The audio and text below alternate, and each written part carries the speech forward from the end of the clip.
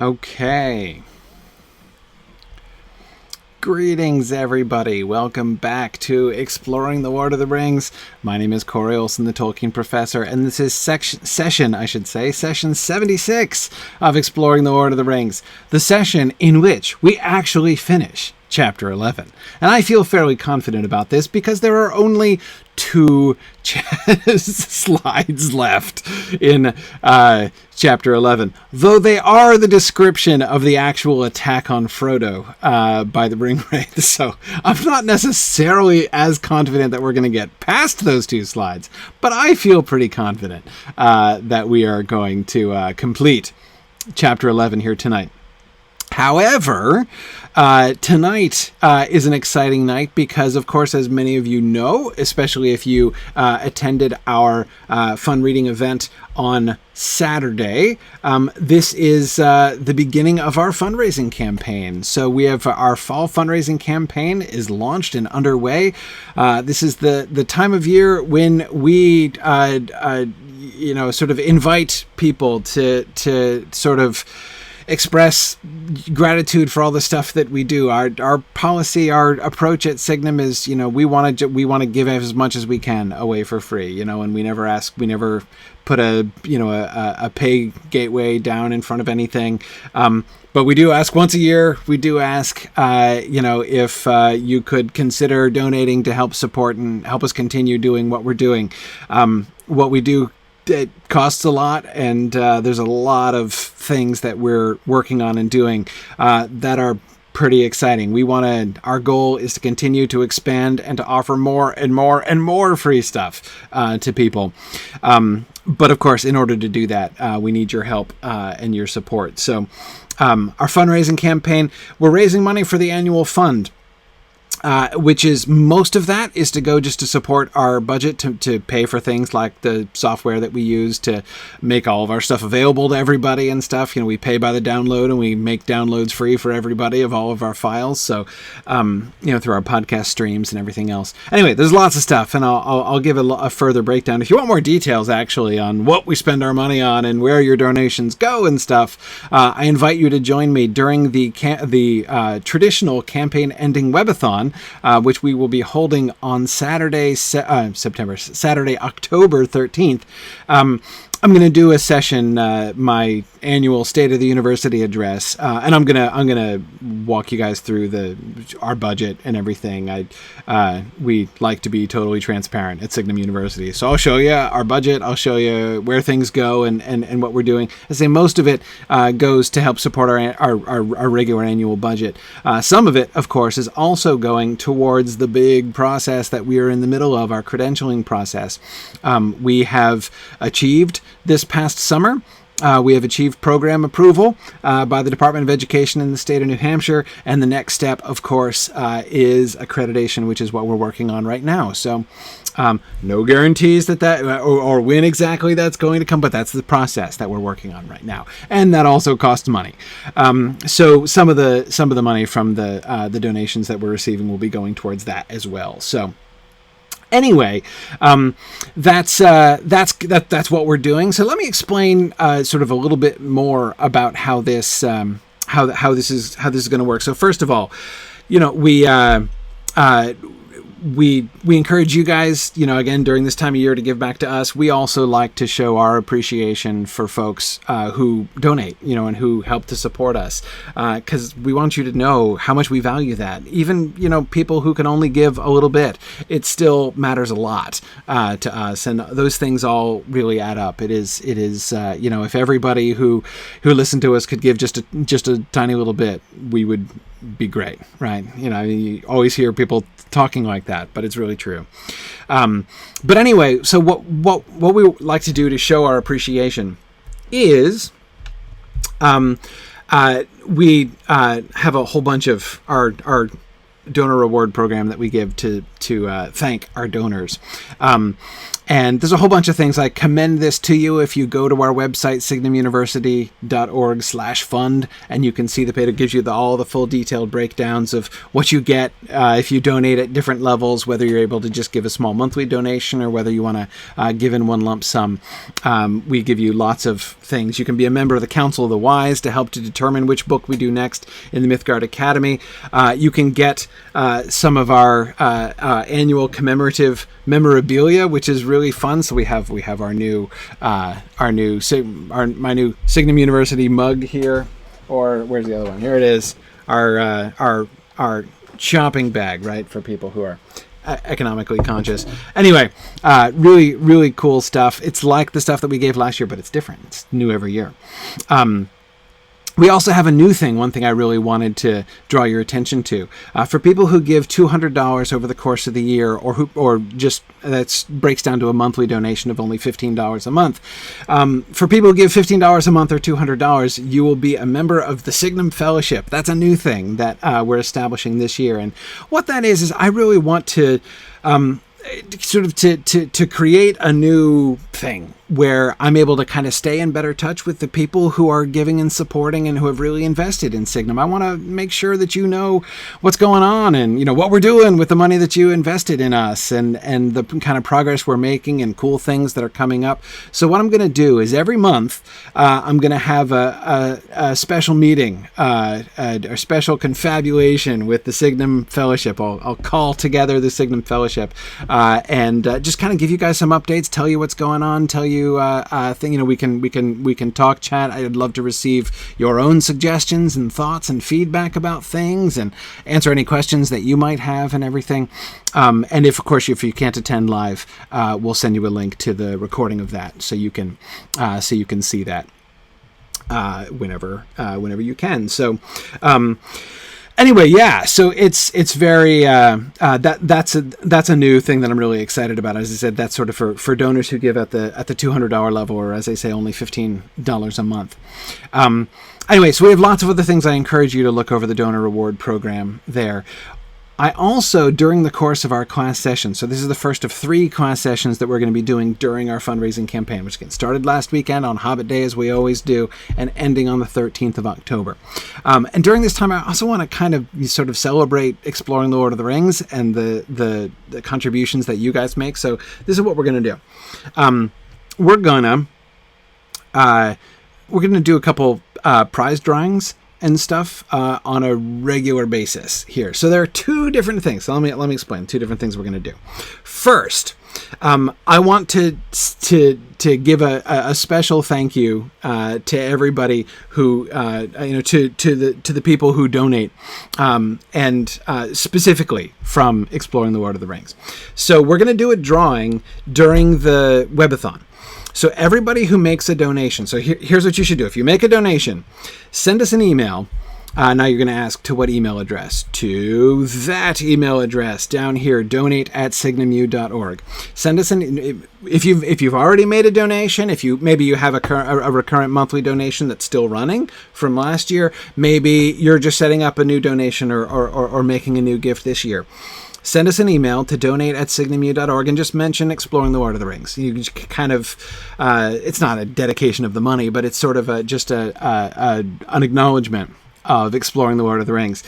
And then we'll put you into the Exploring the Lord of the Rings drawing. Everybody who donates and sends us that email mentioning Exploring the Lord of the Rings, we'll go into a drawing. We're going to do the drawing during the webathon on the 13th of October, and we'll give away 3 prizes. 2 of the people who win the drawing are going to receive an anytime audit seat for any of our classes. So if you know about this program, our anytime audit program is really fun. Any of the courses that we've offered over the last 7 years, almost any of the courses that are in our Signum catalog, I should say, are available to be audited anytime. So you can get, I've talked about this at various points in the past, but you get access to all the recorded lectures, you get access to all the course materials, and you can just kind of walk through that class on your own. So the normal tuition cost of our Anytime Audit courses is $95. So we're going to give away one of those to all three of our winners, but our grand prize winner will also get something else. Right. And what they will get, so our grand prize winner from the Exploring the Lord of the Rings drawing will get to choose to do a special session with me during class. So what we're going to do is during one of you, and you can do one of two things. During our field trip time after class one night, if you are in Lotro or are interested in what we're doing, what I'm doing at the end there with the Lord of the Rings online adaptation and thinking about the game world, I want to, you can come along with me either with a character of your own, or if you don't have a character, you can just watch and I'll activate your mic and we can talk and discuss. We'll go anywhere in Middle Earth you want to go that's in the game. And we can talk about whatever you want to talk about together. Or if you don't want to do that, if you would like to just sort of talk about something else. I know there are a lot of people who have things like, because we've been rushing through things as much as we have, there are a lot of questions we've left unanswered as we've gone through, or a lot of things that people would kind of like to, many people I know would kind of like to go back to and talk about a little bit more. And I can't get to every single comment that's made on the discussion board. And I know that there are lots of people who have questions and thoughts who don't get a chance to post on the discussion board. So again, so if you win the grand prize, then we could just discuss something else. There a passage of the text you want to talk about? Is there an issue or topic that you want to discuss? You'll get to do that as well. So you'll get your own kind of dedicated, we can do whatever you want to do. That's in addition to an Anytime Audit course. So that's the donation. And the drawing is for people who donate at any level. Again, we really appreciate all of our donors. So, yeah. Anyhow, so that's just to let you know. So again, what you need to do, make a donation anytime. And if you've already had, you can still do that. If you already have donated, that will still count. Just send an email here to donate@signumu.org and we'll put you in the drawing for that. In addition, we also want to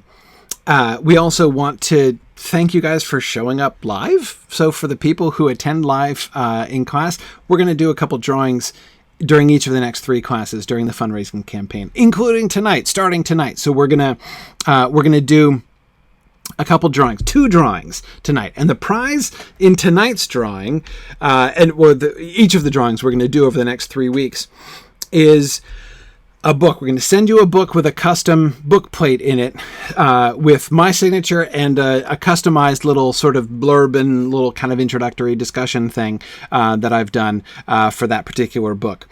So we'll send you your own kind of commemorative copy of the book to again, just as a little sort of door prize and thank you for joining us and exploring the Lord of the Rings and making this class as much fun as it is. The books that you can choose from.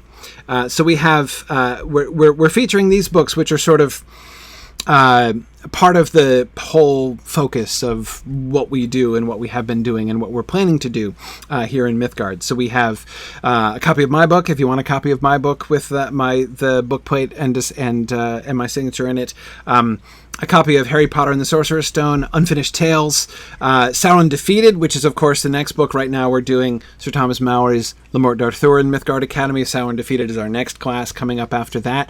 So if you want a copy of that, or Dune by Frank Herbert. So we've got some of our, a bunch of our Tolkien stuff, some of our other fantasy interests from Mythgard, and some of our science fiction interests from Mythgard.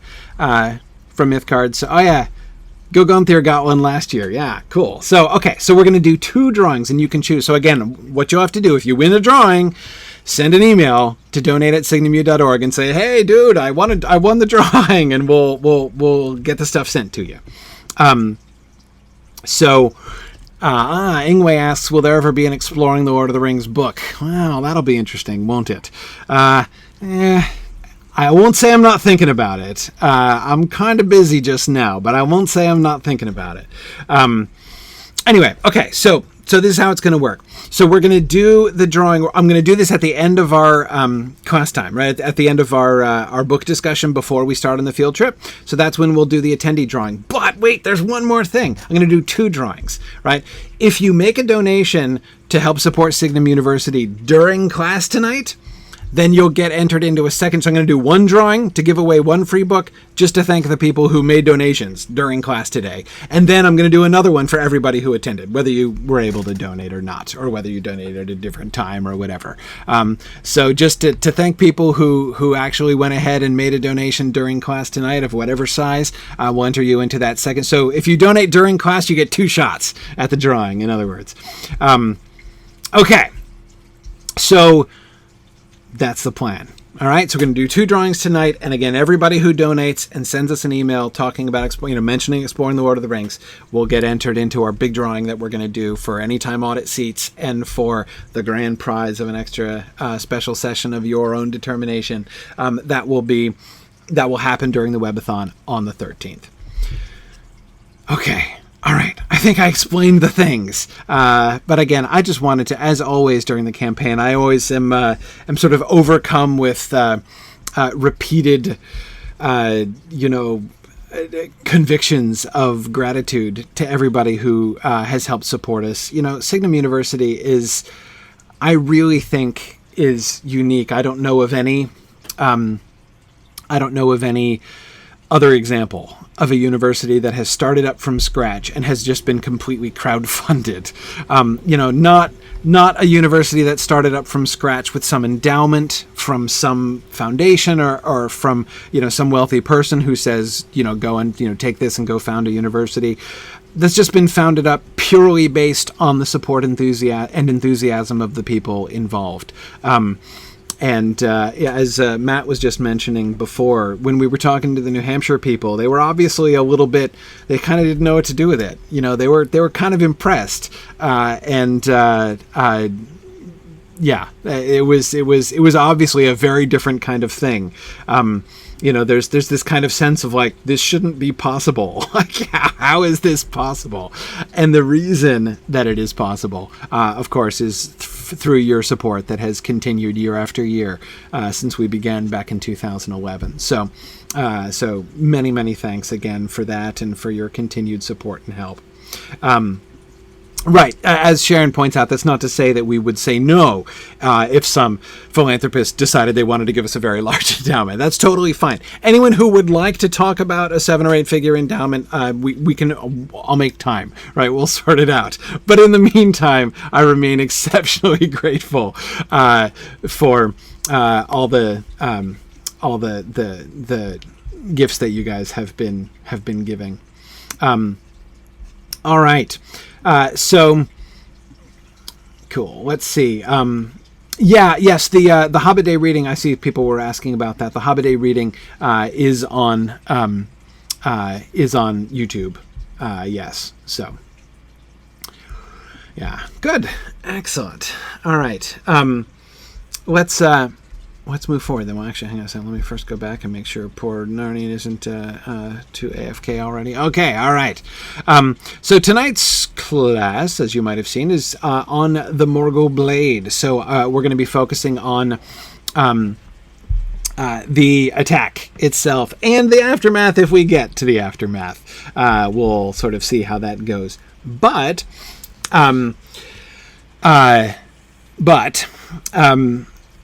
before that, one comment that I wanted to come to from the discussion board, and that is about the name of Tinuviel from Blad the Inspirer. So, he says, I'd forgotten the fact that Beren would have no way of knowing Lúthien's name, and therefore must have been inspired to call her this, that is when he calls out Tinuviel, based purely on his experience of seeing her. It made me think about 2 connections between that moment and Aragorn's life. And by the way, I think, Blad, that's a really interesting reading of that line, which I find a little bit puzzling. He called her by her elvish name, Tinuviel. He called her by her elvish name. In what sense is that her elvish name? And what is it? The full weight of that line, he called her by her elvish name, I feel like has kind of eluded me. And this is, I think, a really interesting reading of it, right? That, just by seeing her name, the name that in fact she had been called by the elves, just kind of came to him, right? But anyway, so he goes on. The first connection between this and Aragorn is Aragorn's name, Elessar, We find out in the Houses of Healing in The Return of the King that the people of Minas Tirith named him Elfstone because of the green stone that he wore, and so the name which it was foretold at his birth that he should bear was chosen for him by his own people. There is a self-fulfilling prophecy element to this example, but can such an element be seen in the Tinuvial line in the poem? That's really interesting. I think that that's actually a really neat way of thinking about that, right? So just as he just calls out Tinuviel calls her by her elvish name, that it's kind of like this, and thus the name that she had been given and that everybody back home called her anyway is spontaneously given to her by Beren, right? Just based upon meeting her. Okay, the second connection is far more explicit. Aragorn, of course, calls out Tinuviel's name when he first sees Arwen because he was thinking about her at the time. I always just thought of this as a nice parallel between the two stories, but after hearing your comments on the poem, I started to wonder if this is actually calling attention to a contrast between the two stories. Beren was right on the money when he cried Tinuviel, but Aragorn is just a little off and is quickly corrected by Arwen. Could this be foreshadowing a sadder and more bitter ending to the story of Aragorn and Arwen than we had for Beren and Lúthien? I don't know. First of all, certainly I agree. I mean, I think especially when you connect those two things, right? When you connect the, sort of the way in which Beren he just knew, right? It was an express, and doom fell on Tinuviel, right? We have Beren's doom brings him through the girdle of Melian and into Doriath in the first place, and then doom falls on Tinuviel. So the way in which doom is bringing them together seems to be, in a sense, expressed, right? By the fact that, he calls her by her name, right? Like the name he calls her is the name that she already has. So I do really like that reading of Blad's here, of that moment. So then if that's true, right, then is Aragorn's calling her Arwen Tinuviel when he first meets her, is that a good thing or a bad thing, right? It does recall it, obviously, right? And in a sense, he's not wrong, right? I mean, he is wrong, but he's not totally wrong. I mean, her answer, which I always like to paraphrase as, I get that a lot, right, she is a parallel to Lúthien, right? Even like her own people have observed that she is a parallel to Lúthien. So he's not like way off base, but I agree with Blad, when you really put those two things together, it begins to seem significantly more off base, right? So if Beren's spontaneous identification of Lúthien is an indicator, right, of the fact that their doom has brought them together in this perfect way, is Aragorn being like near but not quite in the gold, right? Is that an indication of what? Of not being that way? I'm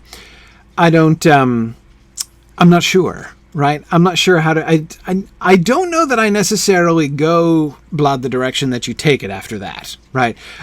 Foreshadowing a sadder and more bitter ending to the story. I don't think so necessarily. We'll have to think about that. We'll have to think about that ending as we get it. When we get to the appendices, which won't be in very long at all. But it is true that the ending of Aragorn and Arwen's story is different in emphasis, but there's sadness and bitterness associated with the ending of the Beren and Lúthien story too. It's different because with the Aragorn and Arwen story, it emphasized their separation, right? Mostly. And it emphasizes in particular Arwen's reluctance, doubts, right? That she has there towards the end. I don't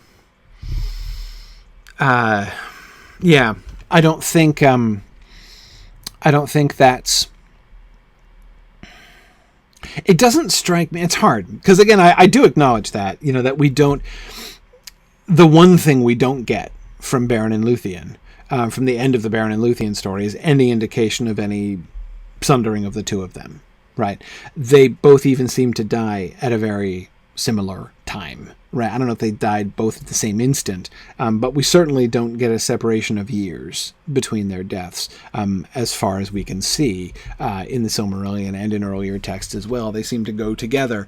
And so that, the widowhood of Arwen is a kind of sadness which is not parallel to what we get of the Beren and Lúthien story. So I do acknowledge that, but there's always a sadness and even a bitterness associated with the ending, right? And so they have lost her whom they most loved, right? It's about separation. It's about, at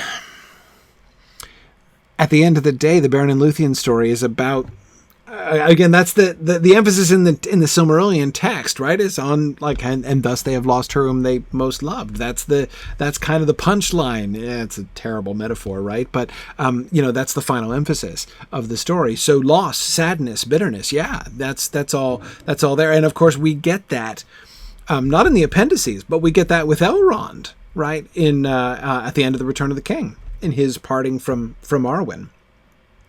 So I do think that, to me, it doesn't feel, although we do get that different element, doesn't feel to me totally different. So I'm not sure, Blad, that I see that difference, which I do acknowledge is an interesting difference in the sort of level of doom, between, I can see that, but I don't think that mapping that onto therefore an increased bitterness, or even the possibility, does that mean that Arwen and Aragorn were a mistake or something like that? I don't really go that direction with it. And Austin on Twitter was just asking about how there's this kind of sundering between Aragorn and Arwen, whereas in the story of Lúthien and Beren, the emphasis is on the sundering of Lúthien from the other elves. But Austin, you just anticipated exactly what I was going to say in response to that. They're not really sundered. I mean, they're sundered in the sense that she outlives him by a bit, right? But remember the whole gist of their final conversation, thinking about tomorrow and King Arthur, Arwen and Aragorn's conversation, is that they are both sundered from the elves, right? She can't go across the sea anymore. She's turned aside. She's made her choice, right? Which means she's mortal now, and she is going to be sundered, which again is made very explicit in the end of the Return of the King in her separation from Elrond. So they're not sundered. I mean, he predeceases her by a bit, so she has an unknown number of years of widowhood, but they're not going to be ultimately sundered any more than Beren and Lúthien are ultimately sundered. So, anyway. But I think it's a really neat observation, and I'm really glad you made it. And I'd kind of want to think more about this. I love that connection with the people of Minas Tirith naming Aragorn Elfstone. That seems to me just right as a kind of connection for what we see with Beren calling out Tinuviel. But I am less confident of that we're getting what that means, if you see what I mean. I'm not sure what the implications of the parallel are exactly. But anyway, thanks for the comment. That's really interesting. Now, let's get back to the text. Frodo has just put on the ring after, and we talked about this for a long time, after what I believe to be primarily that peremptory compulsion being placed upon him by the Witch King rather than by the ring itself, having its source in the Witch King rather than in the ring itself. And here's what happens as soon as he puts on the ring. Immediately, though everything else remained as before, dim and dark, the shapes became terribly clear. He was able to see beneath their black wrappings. There were 5 tall figures, 2 standing on the lip of the dell, 3 advancing. In their white faces burned keen and merciless eyes. Under their mantles were long grey robes. Upon their grey hairs were helms of silver. In their haggard hands were swords of steel. Their eyes fell on him and pierced him as they rushed towards him. Desperate, he drew his own sword, and it seemed to him that it flickered red, as if it was a firebrand. Two of the figures halted. The third was taller than the others. His hair was long and gleaming, and on his helm was a crown. In one hand he held a long sword, and in the other a knife. Both the knife and the hand that held it glowed with a pale light. he sprang forward and bore down on Frodo. All right. Let's think about some of the things that we can see here, some things that we can observe here. So one of the things that really strikes me about this, and we know in part it's hard to talk about, it's hard to talk about this passage without looking forward to what we're going to learn in chapter 1 of book 2. Right. That is in the conversation between Frodo and Gandalf in Rivendell, where he's going to explain this stuff a little bit more. Right. So it's hard not to cheat. Right. But let's try not to cheat. I'm going to try not to cheat. Cheating would be using the vocabulary that we're not given yet in the text to this point. Right. So for now, I'm going to try not to cheat. Here's what we see. Right. We know that Frodo is being corrupted by the ring. We know that when that there's a connection between the wearer of the One Ring and the wraiths, right? That there's something. I mean, we talked about wraithification for a long time now, right? We know there's something like a spectrum between an otherwise healthy and wholesome hobbit who occasionally puts on the Ring of Power, right, and the Ringwraiths. That the Ringwraiths are the end goal towards which Bilbo was being moved along, right, in his being thin and stretched, and the first steps of the path down which Frodo has already gone. So what does this show us? As soon as he puts on the ring, he can see them, right? So we get this, Fourth Dauntless, Gollum is further down this continuum than Bilbo is.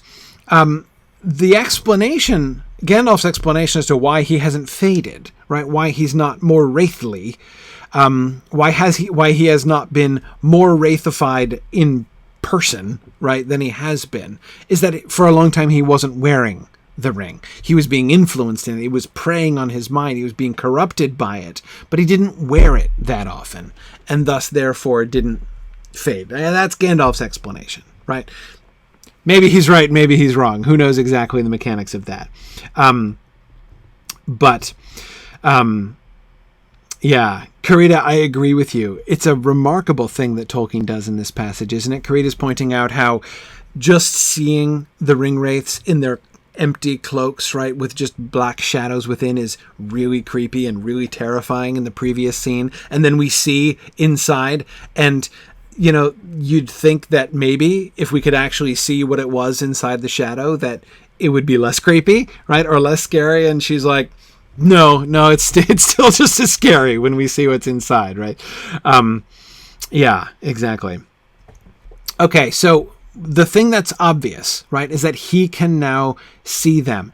Remember Strider's explanations that we've already gotten, right? We can't see them. They're not in our normal world in the same way, right? They can smell us. They can't see us. It's in this conversation that he just had, answering Mary's question about, like, can they see us? Like, you told us to duck down as if they could look up and see us, but they seem to have sniffed before, right? What's going on? And he says that, they don't interact with our world in the normal way, right? Well, now, obviously, Frodo is interacting with them in a different way.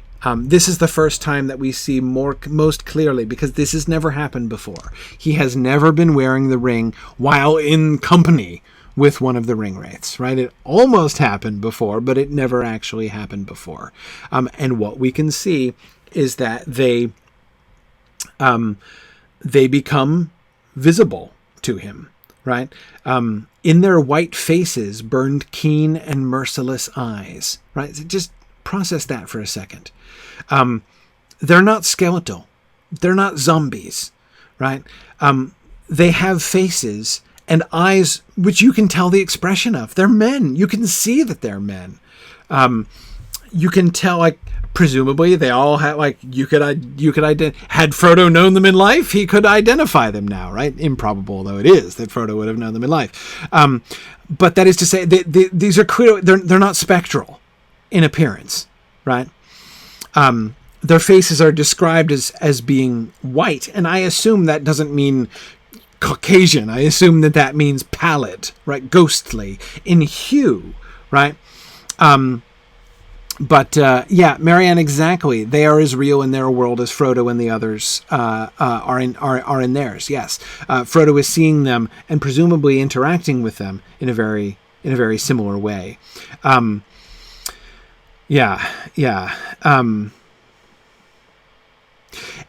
Matt, I agree. That line, right? Their eyes fell on him. As the eyes of a hunter falls upon its prey, right? More significant. This is unusual for them as well as for Frodo. Yes, like he's suddenly there, and he can see them, right? But they can see him too. They've never seen him before. They've never seen a hobbit before in their lives, right? Or their unlives, or whatever the wraithly existence they have. All of a sudden, he's visible to them now too, right? So I love that, Matt, it's really easy to miss that, right? Their eyes fell on him and pierced him. You can just make that, it could just sound like, and then they looked at him, right? Or then they saw, but that idea of like, all of a sudden, like their eyes snap to him. And because for the first time they are able to see him, and that's such a big deal. Finn, that is really interesting. Finn says last time they saw anyone with a ring on, it was Sauron. So they must have been a shock to them, and I would think especially all of them who are not the Witch King, right? The other four.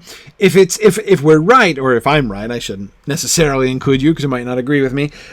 If I'm right that it is primarily the command of the Witch King that is leading that gets Frodo to put the ring on, he's probably not surprised. This is what he was looking for, right? He was anticipating probably this result. Right, for Frodo to enter into their world completely and become a shadow, like they are shadows, and therefore concrete and real to them in their world. But the other four probably taken aback, and I got to think a little bit surprised here. Erokheb, exactly. I would really emphasize that. They appear to be very old, haggard men, but human, nevertheless. Not quite like the eldritch horrors of the film. Exactly. Yeah. Not like that at all. Yes. We're getting to the halting of the wraiths. Hang on, let's give us a minute here. Let's focus on the sight of them first. Okay. Their white faces burned keen and merciless eyes. So again, get the expression in their eyes, and it is both keen and merciless. So think about those for a second. Merciless, okay, that seems pretty clear, right? They're mean, right? It's not surprising to hear that they're mean and not planning to have any mercy on Frodo. Keen is an interesting word. Keen means, I think, the opposite, right? Of keen is the opposite of. So again, these are not zombies, right? If you're imagining like a vacant expression, and them being like brains, right? That's exactly the opposite of that, right? Their eyes are keen and sharp. They're smart, right? They are. There burns a strong intelligence behind their eyes, right? That's what I take from the word keen. Under their mantles were long gray robes. Upon their gray hairs were helms of silver. Austin was asking why would they have never seen a hobbit, because with the Barrow Downs being so near. Well, again, Witch King clearly has access to a little bit more information than everybody else. He is clearly on a slightly different level from the other garden variety Ringwraiths. And it's true. It is true that he was responsible for the Barrow Downs, right? For the evil spirits that are sent into the Barrow Downs, as we talked about. I'm not saying he's ignorant of hobbits, but he's been a ringwraith for a really long time. He may well have interacted with hobbits before, but has there ever been a hobbit wraith? We have no evidence that there's ever been a hobbit wraith, or that any hobbit wearing the Ring of Power has ever done so in front of the ringwraiths, right? Had they interrogated Gollum when he came to Mordor? Sure, but he wasn't a wraith, right? The Witch King wouldn't have been able to see him again. Remember, the Witch King lives in that shadow world, right? Just as the ringwraiths to the hobbits were shadows covered by cloaks. The hobbits, there are 3 other hobbits right there in the dell, but they can't see them, right? They can smell them, right? And they can sense their presence and sense their blood, but they can't see. Just as Frodo is seeing their face and eyes and facial expressions here for the first time, I don't see any reason to think, based on what Strider has already told us, I don't see any reason to think that they're not seeing him in that way for the first time. Even Gollum would have been a presence, right? He would have spoken to Gollum, right? The Witch King was almost certainly there for the interview process with Gollum, right? But he couldn't see him because he's not a wraith, right? So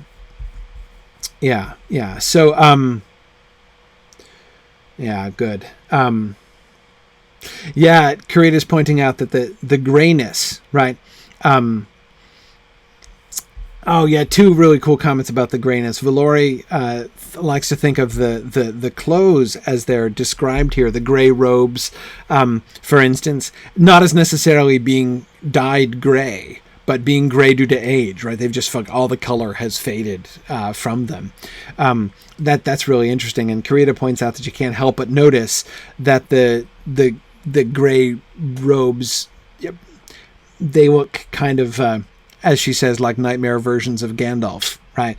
Especially, remember, in this context, right, Karita? I mean, what part of what drew Aragorn to Weathertop here was figuring out, like, Gandalf confronted them. And so, the whole pairing of Gandalf and the Ringwraiths here, the sort of squaring off of Gandalf and the Ringwraiths has been, again, part of the reason why they're there, right? So the fact that, like, oh, and look, they're all wearing gray robes as well. That is a connection that's kind of hard to avoid.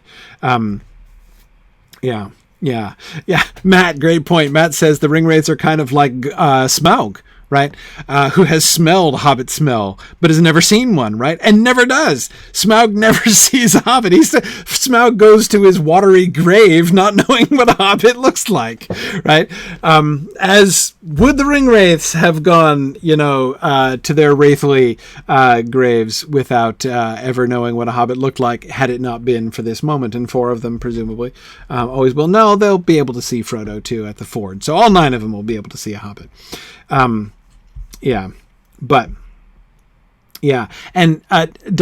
Evil Dr. Cannon, it is interesting, given that the Witch King especially started off as kind of a corrupted version, right? Not corrupted version of Gandalf personally, but of Gandalf's order, right? An evil wizard. The definitely very much the sort of opposite number of Gandalf.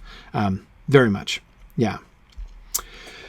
Yeah, good. Hrothgar, I agree, no mention of their eyebrow lengths. I like to think that means that their eyebrows are probably very thin, wispy, and pitiful, as a reflection of the corruption of their flesh and the deflation of their spirit over time. Only those who are still full of life and power and energy can have the kind of lush and lengthy eyebrows that Gandalf has. I think that's pretty obvious, right? So, no question there. Good. Okay, so haggard hands, swords of steel, gray hairs, haggard hands. I agree with, I think it was Erocheb who was emphasizing they clearly look like old men, right? These are not hale warriors in the fullness of their strength, changed into wraiths, right? These are people who are withered, who are shrunken, kind of like Gollum has withered in, not exactly the same way, but kind of how Gollum has withered and shrunken. Certainly, what we are seeing here are people whose butter has been spread very, very thin indeed, right? Yeah. Okay. But let's get to their movements, because y'all really want to talk about their movements. So let's get there. Their eyes fell on him and pierced him as they rushed towards him. So what does that mean? Their eyes fell on him and pierced him. So we have Matt's great comment on their eyes fell on him, which I really love. Like they look at him, right? Frodo is now not only seeing them, but Frodo is making eye contact with Ringwraiths. That has got to be absolutely terrifying, right? Suddenly their faces wink into view and you're looking straight into their keen and merciless eyes, right? That's got to be bad. Yeah. Ooh, Catriona, great point. Upon their gray hairs, the pluralization of hair there does make it sound like their hair's really wispy, right? Like they don't have gray hair, which could be a nice, robust head of gray hair, like Theoden's hair. His is white, not gray. But anyway, right? It could be like that, right? But saying their hairs, right, makes it sound like, again, they're so ancient looking that, their hair is merely wisps like you might see on a desiccated corpse, right? Or at least like you might see on desiccated corpses in Hollywood movies anyhow. They have Homer Simpson hair, for Thoughtless. Exactly, right. So their eyebrows are nothing like Lee Pace's eyebrows, and their hair is like Homer Simpson's. I hope that this enriches your sense, your visual image of what the Ringwraiths really look like. Exactly. Okay, cool. So their eyes fall on him and pierced him. That image of a piercing gaze, that's a popular Tolkien phrase. Tolkien likes to talk about piercing eyes, right? That seems to me, if I understand that correctly, note, and I'm not sure I do, but if I understand that correctly, I take that to be primarily a description not of the gaze itself, but of the experience of receiving the gaze, right? That, like, when he says they turn their piercing gaze upon him, what he means is Frodo, seeing them staring at him, right? Frodo feels like they are piercing him, right? Like their eyes are piercing him. That's how I generally have read that. But like I said, I'm not 100% sure that that's true. Because there is precedent, strong precedent elsewhere in the book. There are other places where Tolkien talks about a piercing gaze actually piercing things, right? That is where he will use a metaphorical structure which implies that sight is a thing which is emerging from the eyes of the seer, right? And either, like, being repelled by or piercing through a shroud or a cloud or a veil or something like that. We certainly get that with the eye of Sauron, explicitly, in particular in Galadriel's mirror, of course.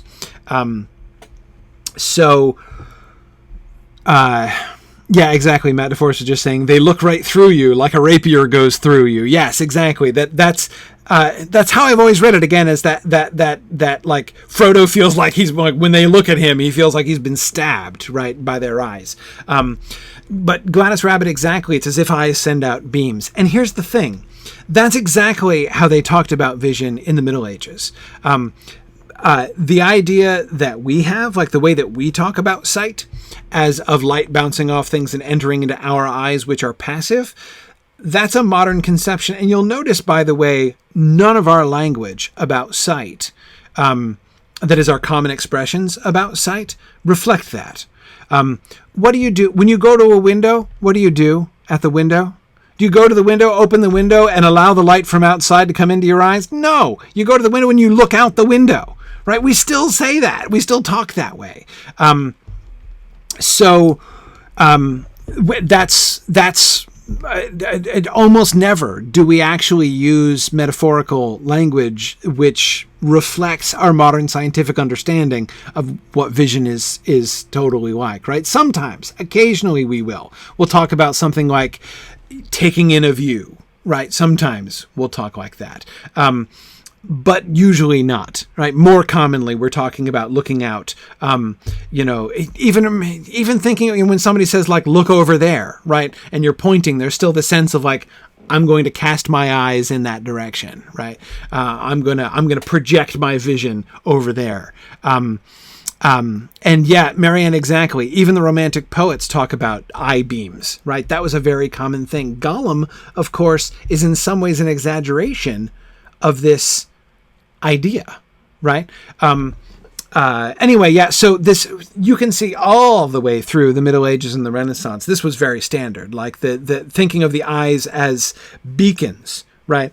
Not as receptors, but as beacons, which send sight out, and that sight can be obscured by things, right? That's absolutely how and again, our language, our usage still reflects that way of thinking about sight. Anyhow,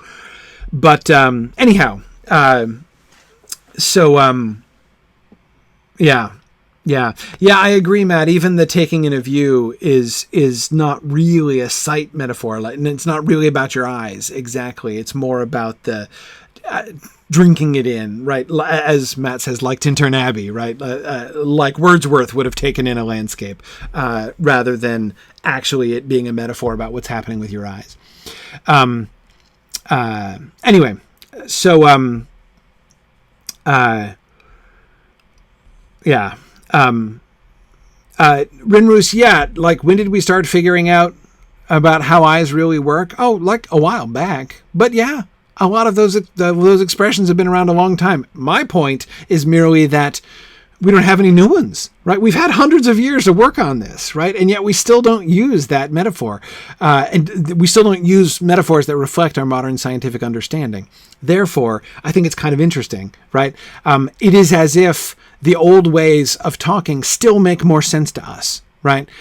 It's one thing to say that I know that my eyes are passive receptors of light, right? I can know that, fine. But who feels that way, right?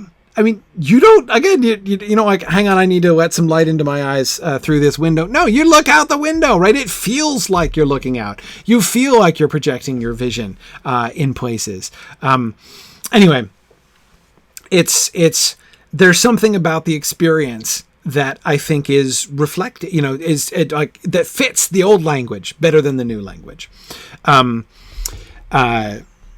Which I think is kind of interesting. But that's a question for another time. The point is that old version, that old concept of sight, that concept of sight, of like eyes projecting forth something that can pierce through and perceive something that is being concealed, is habitually used in Tolkien.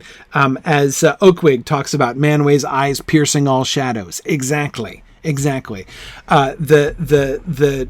eye of Sauron is going to be seeking to pierce through all of the barriers that stand between him and Frodo, right? When he sees it in the mirror of Galadriel. That's exactly. So again, when I come back to their eyes fell on him and pierced him, I always have read this as an expression again of Frodo's experience, right? Of their eyes falling on him. But I'm not sure now if this is not in fact some kind of objective description of something else, right? That they have pierced him in a different sense. Their eyes pierce him now that he's there, now that they can see him. They do not merely have a sort of a superficial, it's not just like, oh, always wonder what a hobbit looked like, right? Their eyes pierce right through him. They see there is no veil, right, between Frodo and them. And their eyes can pierce through and penetrate. They see him. They know him. There's this sense of almost a violation, right? Of like, he is naked before them. They like, he can't hide anything. He can't. So I think that like their eyes pierced him might be a kind of a bigger deal than expressing how sharp their gaze is and how he feels when they look at him. Yeah. Yeah.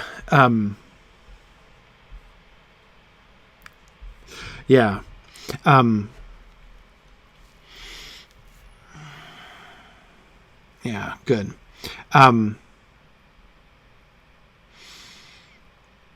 Yeah. Yeah, good. Okay. Let's carry on here. That was a lot on one word, but it's okay. That's good. That's what we're here for, right? As they rushed towards him, desperate, he drew his own sword, and it seemed to him that it flickered red, as if it was a firebrand. All right.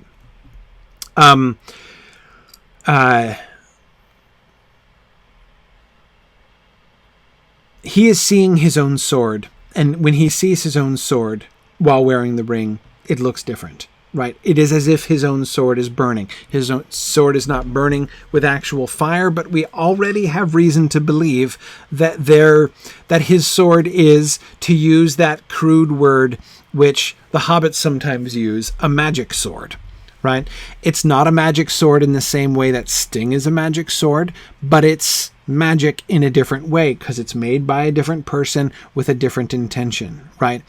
What is Sting? Why do Sting and Glamdring do what they do? Why do Sting and Glamdring do what they do?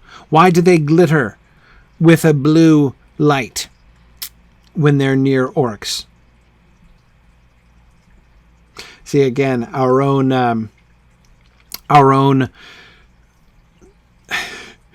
any tendencies you have towards role-playing game thinking, right, is gonna mislead you here, right?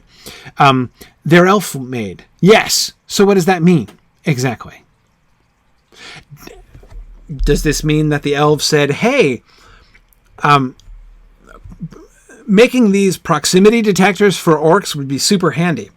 Let us give them a proximity detector property," right? Again, like it's a legend, like a particular legendary property. If you're crafting a magic weapon in Dungeons and Dragons, right? You can I'm going to make it a +2 sword, and I'm going to make it glow in the presence of goblins, and I'm going to make I'm going to make it have vorpal properties, right? Is that how it worked? No, that's not how it worked, right? It's forged in Gondolin, and for Thalos, it really kind of is as simple as that, right? It's forged by a smith who hated orcs. And so the swords, reflecting the will and spirit of their maker, right, glow with an angry blue flame when orcs are near, right? It's spontaneous. It is the spontaneous reaction of the sword to the goblins because that is the spirit that was infused in it by the person who made it, right? That's how it works, right? The Barrow sword is also a magic sword. Similarly, a magic sword, right? It has the sort of expression of the spirit of the one who made it invested in it. But who made it?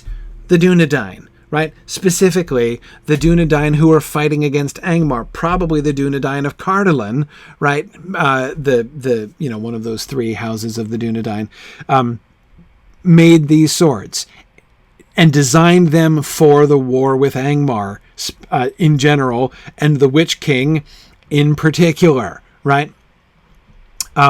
So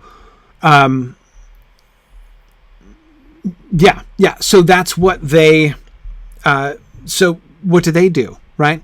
They don't glow, right? You can't use them. They do not, Oakwig, in fact, have wraithdar, right? They don't work like that. It might be handy, but again, that's not their property, right? And yet clearly they do have a property. When Frodo is looking at them through wraith eyes, right, his own sword seems to shine red, which it is not normally shining red, right?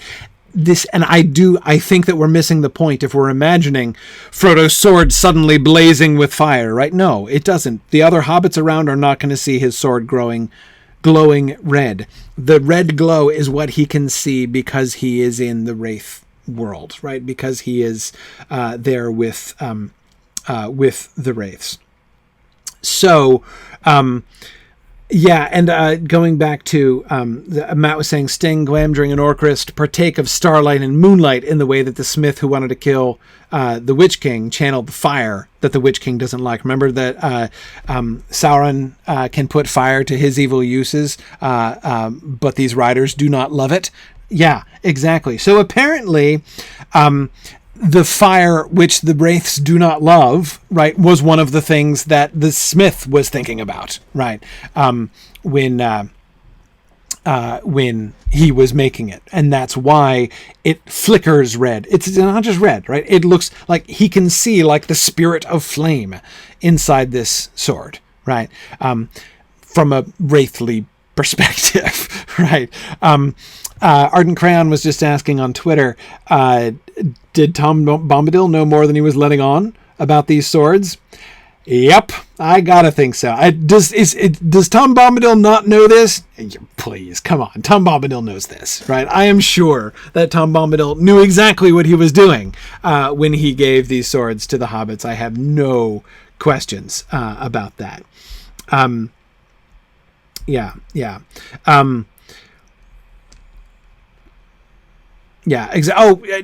Trifle, I totally agree. There absolutely is craft in making these weapons. That is, there are like spells involved. When I spoke slightingly of the word magic, I was just kind of channeling Galadriel. It's not magic in this sense. Again, it's not a magic sword in exactly the same way that like an item in a video game or a role-playing game is a magic sword, right? I mean, it's not like, okay, so what are its properties? It's a, +3 sword, +1 sword, +3 against, incorporeal creatures. Like, if you're thinking that way, you're thinking about it wrong, right? That's not how it works. But that's not to say that there is not magic in it and that there were not spells involved in its making. Absolutely, there were spells involved. Milthalio asks, could the wraiths have seen the sword if Frodo hadn't put on the ring? Oh yeah, I'm sure of it. I am sure the wraiths can see their swords. I bet you that if you had... Remember how we got the description, right, from the Hobbit's point of view as the shadows came over the edge of the dell, right, and began to advance towards them? If that whole scene were narrated from the Ringwraith's point of view, that's absolutely what I would expect that we would see, right? They would see the fire, right, in the middle of the dell. They would see vague shadowy shapes where the hobbits were, but they would see their weapons. They would see their red flickering swords that they were holding out in front of them. And presumably the burning sticks that they were also holding. So in other words, each hobbit holding the sword, their barrow sword in one hand and a burning stick in the other hand, looks like he's carrying two flames, right? One of which would probably have been a little scarier than the other. So vague, probably smallish, shadowy shapes holding two flaming brands is doubtless what they would have seen until Frodo puts on his ring and now snap, they can see him. Now, what I really would like to know, what do they see then, right? How would the scene go on? I feel fairly confident that that's how the scene would have looked to them in advance, right? Because again, it's not Frodo wearing the ring that does this to his sword. I feel pretty confident in that. It's the sword itself that is, it's not the sword that's changed, it's Frodo that's changed. He now is seeing that thing that has always been true about his sword. He just hasn't been able to see it before, right? However, I really wish, just like we get the description of the Ringwraiths to Frodo, right, and how they look like really, really old men, I wonder what he looks like to them, right? Because I don't know. Does he look like himself? Maybe he does. Maybe he just looks like himself and they're seeing him as he... But maybe he would look different. And if he would look... would they see a glimpse of him as he would become? Would he look like a wraith to them? That is, like, look like them. Would they see some like Ringwraithified vision of him? I don't know, right? I'm kind of curious. I have no idea.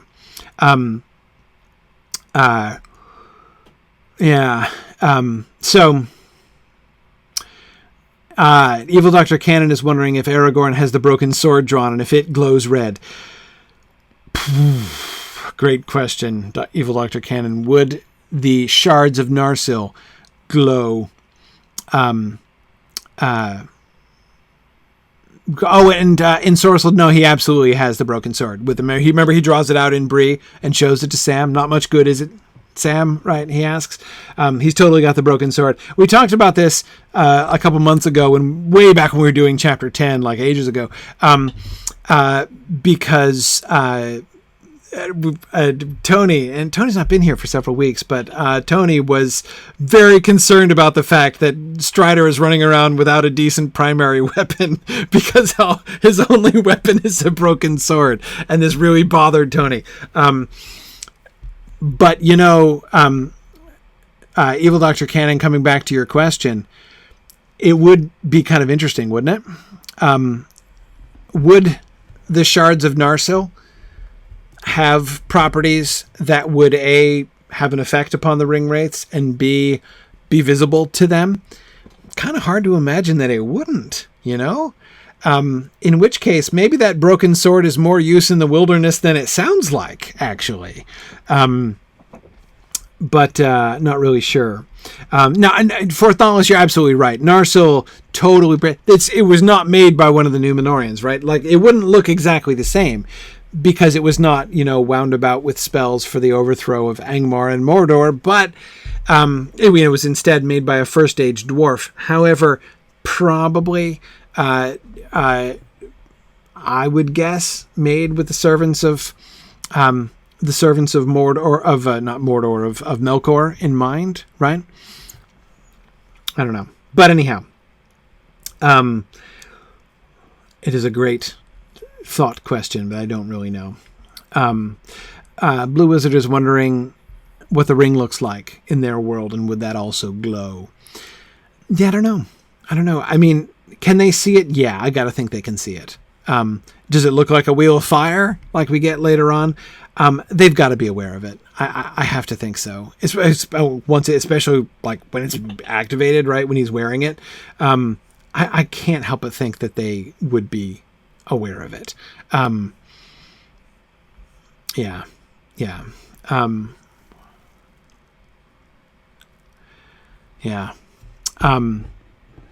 Okay. Anyway,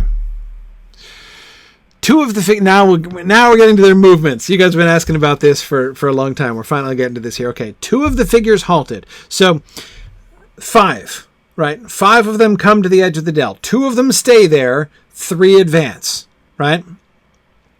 2 standing on the lip of the dell, 3 advancing. 2 of them stop, and only the Witch King advances. Okay, why? What are we seeing there? I think it's pretty clear what we're seeing there. I think only the Witch King has the guts to go on. I mean, I really do. It seems to me as simple as that. I mean, look at the way that it gets emphasized. Look at the transition, right? He drew his own sword, and it seemed to him that it flickered red as if it was a firebrand. 2 of the figures halted. That kind of seems like cause and effect to me. Dime, I think so too. I think they're afraid of Frodo's sword. Remember, stand back to back, right? Pick up some pointed sticks. Remember, this is not a physical fight. I do not think, Catriona, this is a flanking maneuver or anything of that kind. Again, this is not about battle tactics. There is no battle happening. No combat is going to occur, right? There's going to be an attack, but that's not the same thing exactly, right? They're not here to fight. Ringwraiths don't fight, right? They don't engage in combat. When you meet a Ringwraith, you don't roll for initiative, right? That's just not how it works. This is a spiritual fight. From the beginning, it's been a spiritual fight. It has been being waged as a spiritual fight. When Aragorn says, stand back to back and, with fire in your hands, He's not saying because, again, like with fire, you have a +2 to attack against. It's not about that, right? Because they're never going to fight. None of them ever fight. And again, this is one of the things that I dislike about the film adaptation. Again, I get why they did it. I don't blame them. Rendering the physical, the spiritual fight as a physical fight makes sense in the film, but nevertheless, it is deeply untrue to exactly how it works. That is not how ringwraiths fight. Notice another thing here. What does the ringwraiths do with his? What does the Witch King do with his sword? Answer: nothing. Nothing. He does nothing with his sword, right? It's only the dagger that matters. I'm not even convinced he has a sword. Like, I don't know that it's even real. I mean, maybe it is, but if he dropped it, would it still be there? Like, I don't know that it is. What about his robes? Like, if you cut off a piece of his, and I mean the cloak, which is clearly a real cloak, right? He's clearly wearing a normal cloak and normal boots, right? In order to give shape to his nothingness, as Strider says. Those are a disguise, right? But the gray robes that they're wearing underneath, those garments that Frodo can only see when he puts on the ring, are those real clothes? Right? Like, again, if Frodo were to slash a bit off of one, would it be lying there on the ground? Could Merry pick up a fragment of like a really ancient gray cloth that maybe would crumble away when he touches it and be like, this is part of the garment of the ringwraith? I don't know, right? I don't think so. Arden Cran, is the crown real? Is any of it real? Any of the stuff that Frodo can only see because he's in the, because he's there, right? Because he's wearing the ring. Yeah, Boompo, exactly. It's kind of like the question, what do wraiths wear under their kilts? Except the question is like, are they even really wearing kilts, right? Exactly. Yeah, so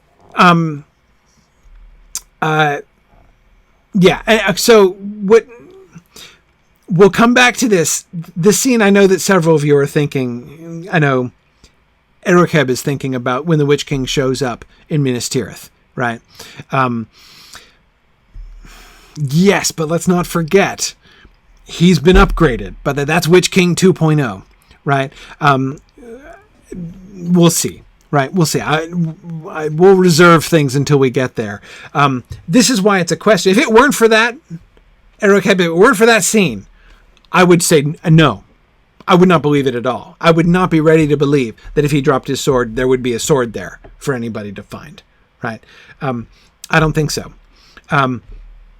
Maybe. I'm willing to entertain the possibility that it could be. But yeah, Trifle, I agree that we do need to define real. Does it share the same space with the hobbits and other material things? Right. Yeah. Galandar says if the crown and robes aren't real, then they must be a projection of how the wraiths want to be seen or a memory of how they appeared before wraithification. Yeah, essentially. Sure. Something like that. Yeah, Kurita, I know. I'm going to spend all night trying to define real. That's a big question, I know. But no, it bears thinking about. Here's another way to think of it. Could they attack the hobbits? Like, so there's Pippin standing right there, right? Is it even physically possible if the Witch King took that sword that's described here, right? In one hand he held a long sword and in the other a knife, right? If he took that sword in his hand, right, and he lifted it up and he hacked through Pippin's neck, would Pippin be decapitated? That's my question. When I'm talking about real, that's what I mean by real. Right? Is it even a blade? Could it affect the hobbits in that way? Are any of them in any danger of receiving a stab wound? I mean, Pippin, Merry, Sam, Aragorn. Could they be stabbed by the weapons, by the sword of the Witch King? I am not convinced that they could. I am not really clear that it is that kind of weapon, that this is that it's the attack is completely spiritual, right? This is why I think they are scared by Frodo's sword. In part because, yes, this is a sword that is gonna, like, if Frodo wielding this sword hits them, they're going to be damaged by it. We will see this is true of the Witch King and his mighty knee, right? Later on, when one of the partners of this sword is going to be hit by it, right? So we're going to get there too. So they have reason to be worried, right? If Frodo, wearing the ring or not, were to stick this Númenórean sword into one of their shadowy forms, it would damage them, right? It would hurt them. And they know that. I think they know that. But it's more than just that. Again, remember, this is a spiritual battle. How has Frodo responded to them? Remember, how did Fatty Bolger respond to them? Fatty Bolger gets like a B or a B minus. And I know that sounds harsh, right?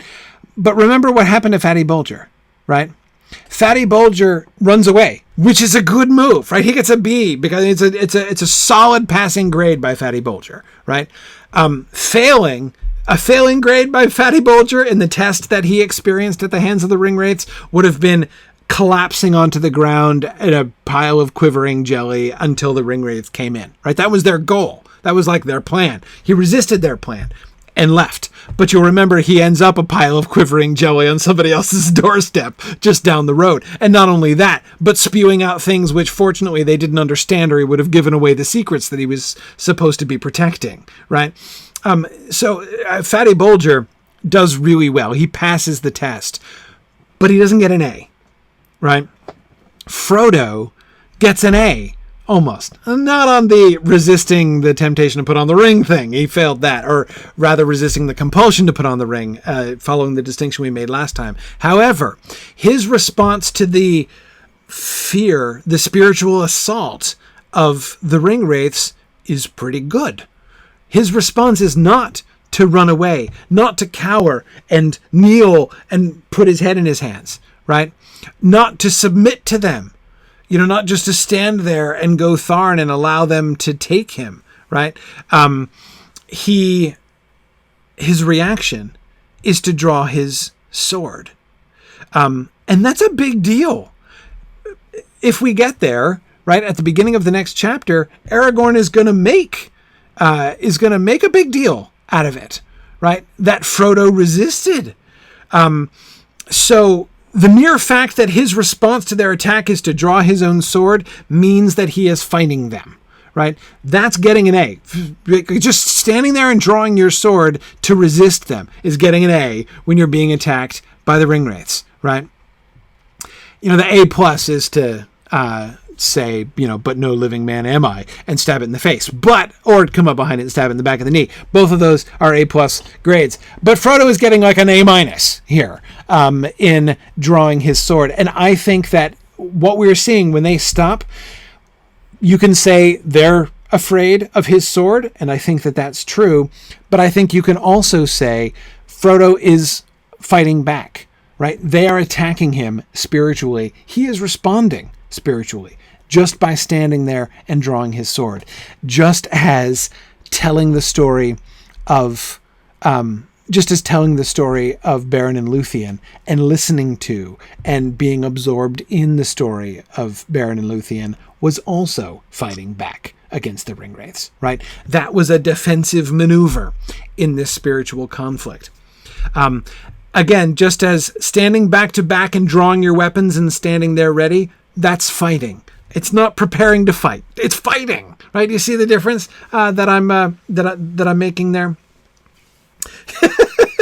Kieran is saying I'm being just like a teacher, giving letter grades for wraith attack responses. Oh well, it's a clumsy metaphorical structure, but it'll work, right? Yeah. Anyway, yeah. Okay. So two figures halted. The two that are standing at the edge of the dell. Why did they, now with them it's less clear. The way it sounds before Frodo reacts at all, he sees two standing at the lip of the dell, three advancing. Like in the moment he turns on the ring, the three of them are already advancing and the two of them are already standing there. Right. So these are the positions they have taken and the motions they have undertaken, despite, which have nothing to do with Frodo turning on the ring. Right. The two stopping and the ring and the Witch King advancing, clearly has something to do with Frodo's appearance and resistance. Right. So the question then, the two that are standing on the lip of the dell, is that tactical, or are they two? Like, of the five that were meant to be attacking together, have two of them already dropped back? Do two of them fail to enter the dell? Remember what it's like on the way. Aragorn has hinted that the experience, the interaction between living humans and the Ringwraiths has some symmetry to it, right? We can sense their presence. When they're near, it troubles our hearts, right? We can sense when they're near, they can sense us too, right? They feel our presence more strongly than we feel theirs, right? So it's not exactly symmetrical, it's not equal, but it's symmetrical in the sense of they sense us, we sense them, right? Well, as you get closer to the Ringwraiths, the experience becomes more intense, right? The experience, the fear intensifies as the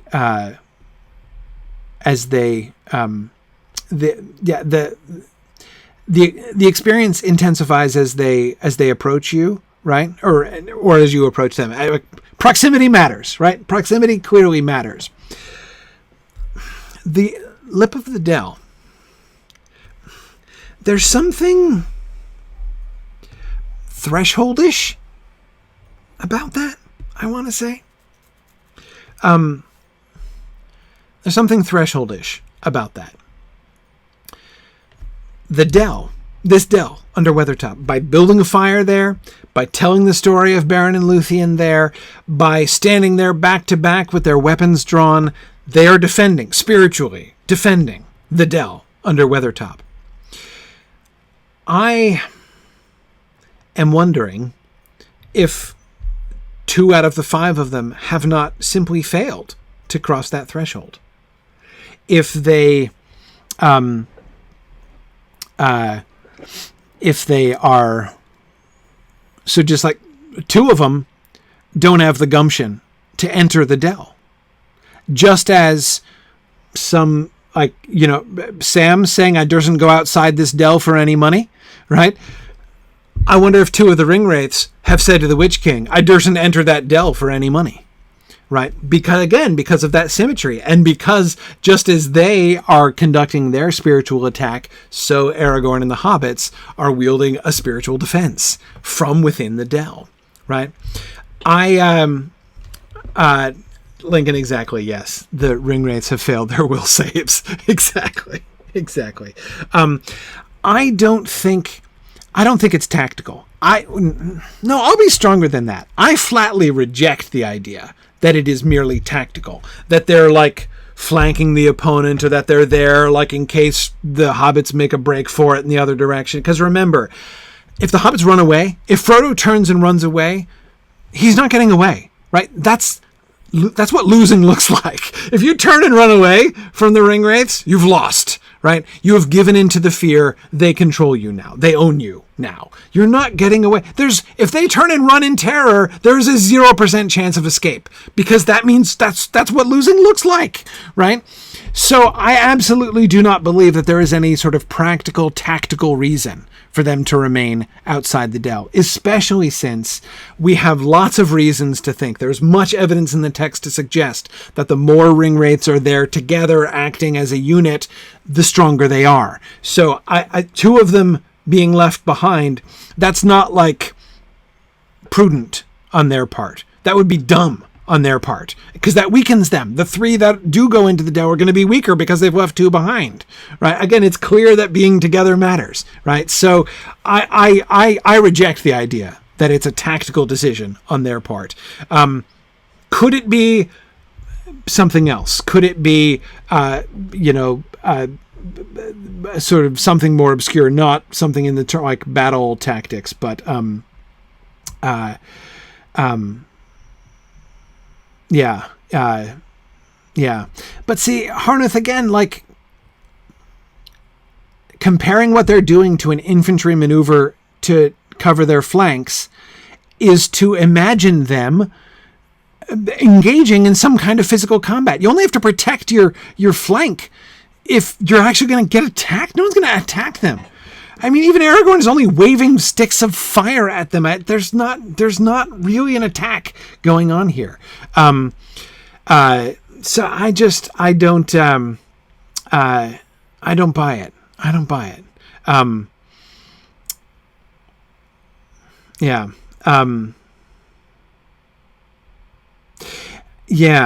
Hrothgar, I'm thinking that too. I think I'm being influenced by remembering that as well. Hrothgar is recalling in one of the early drafts of the Fellowship of the Ring, when Saruman hadn't yet been invented, and therefore the reason for Gandalf's delay was still it was going to be the Ringwraiths. I mean, like, they were remember how Strider is going to tell them that, like, he knows of very little else that could delay him, right? No, in fact, he already said that in Bree, didn't he? Well, like, in the drafts, that was totally true, right? Like, it was, in fact, the Ringwraiths. And Hrothgar is recalling, in fact, so Gandalf, in the old draft, Gandalf fled up a tower. Gandalf was always imprisoned on top of a tower. It just wasn't Saruman's tower. So there was the tower off by the shore. In fact, the tower by the coast, by the beach, that Frodo sees in his dream, right, was originally a vision, a current events dream of Gandalf being imprisoned in the tower and besieged by Ringwraiths, who, exactly as Hrothgar is recalling, were standing in a ring around him because they didn't dare to come closer. They couldn't enter the tower and take Gandalf or destroy Gandalf. As long as he was there in the tower and, like, defending himself, they couldn't take him, but they could hold him there by surrounding the tower and forming a perimeter, but they couldn't go in, right? I'll be honest, I think a lot of you are making a mistake. You're making and the mistake that I would say, in my opinion, that I think many of you are making, is you're still thinking of the Ringwraiths as if they were people. Physical people. They're not people anymore. And it seems pretty clear that they operate under some different rules now that they're wraiths. For instance, running water is a problem for them. They don't like crossing running water. Running water is a challenge for them. In a way that, and we're not just talking about, it's not just that they need to take swimming lessons at the Y in order to rectify this problem, right? This is a spiritual issue. Again, Frodo and his companions are not fighting against flesh and blood here. And any of the kind of thinking, so anytime I am skeptical, I am flatly skeptical of any kind of thinking about any kind of explanation of what the Ringwraiths do that is based upon thinking about them as if they were flesh and blood or utilizing flesh and blood mechanisms. So those of you who are suggesting, let's see, Oakwig says that those two that stayed outside, if they got in, they would pay double to be let out again. Yeah, maybe so. See, Harnath, addressing your concern about having a hard time accepting that the 9 would be as timid as that. See, it's not just about timidity. Again, that I think is imagining them to be flesh and blood creatures who have full control of their own wills, right? They don't have full controls of their own wills.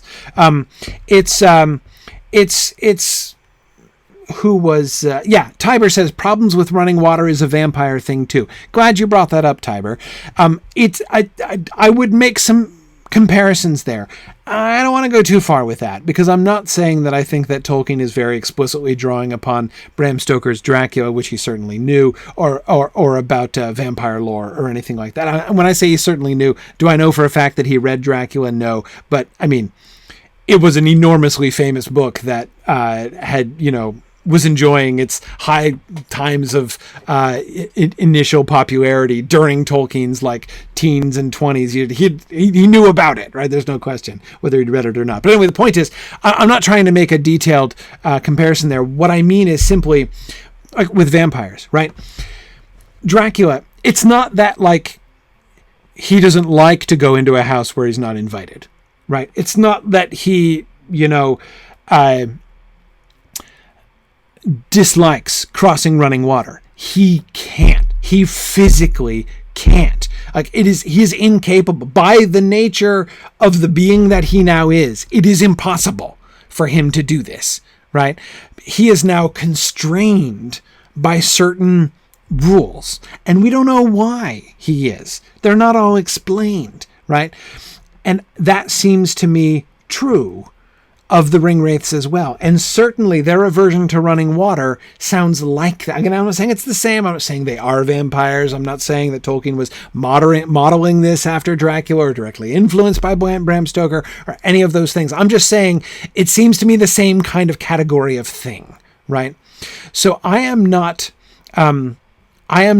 Yeah, Valori, that's a great comparison. Valori says it's like today. You might not ever have read the Spider-Man comics, but you know about Spider-Man. Right. Exactly. Anyway, okay. So, the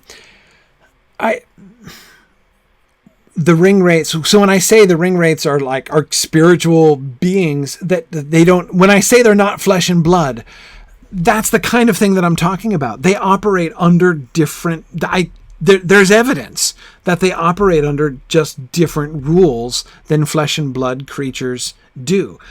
For instance, just to cite a silly example, but I think a relevant example, they don't eat, right? They don't have physical bodies that they need to sustain, right? They don't eat or drink. No reason to think that they eat or drink or consume anything, right? They don't operate under the same rules. There are also apparently restrictions that they experience. For whatever reason, I don't know. And to whatever extent, I'm not completely sure. Running water seems to be one of those things, right? So when we're talking about them not entering the dell, I don't think this is I kind of want to, but I'm scared to do so. They're not reacting it's not like I could if I had the gumption, but I lack the gumption, right? So I'm going to wimp out here. I don't think that that's necessarily it, right? Some of them can, some of them can't. Now, gumption. When it comes to gumption, I do think the two of them who stop when Frodo draws his sword, I think there is a certain amount of gumption issue going on there, and that the Witch King is more confident and more powerful. Anyway, I do think that I think it's important when we're thinking not only about this scene, but about all of book one, right? All of book one, where the Black Riders are the bad guys, right? I think it's really important to kind of school ourselves to open our minds in this way, to resist oversimplistic flesh and blood thinking, right? About the Ringwraiths. Because if we're thinking about them, and which is why, again, it's important to realize that it's not the Ringwraiths that break into the Prancing Pony and slash up the bolsters, right? There is a 0% chance that the Witch King would slash a bolster. As I said before, I'm not even sure that the Witch King could slash a bolster. If the Witch King stabbed down into pillows and bolsters with his sword, would feathers fly? Again, I don't know that they would. I'm not really sure about that. Yeah, Arden Cran suggests that if they were merely reluctant, the Witch King might have poked him in the back to prod them along. We know that Sauron does that kind of thing, right? That his will spurs his servants and slaves on, right? So that kind of thing is possible. I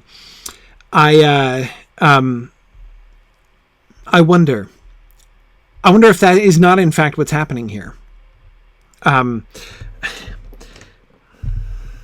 The previous slide that we talked about for a lot of time last week here. Sorry, I'm laughing at myself for spending almost the entire class on. I said we had 2 slides, and I'm spending like the whole class on 1 slide. We're totally getting to the second slide, by the way. Anyway,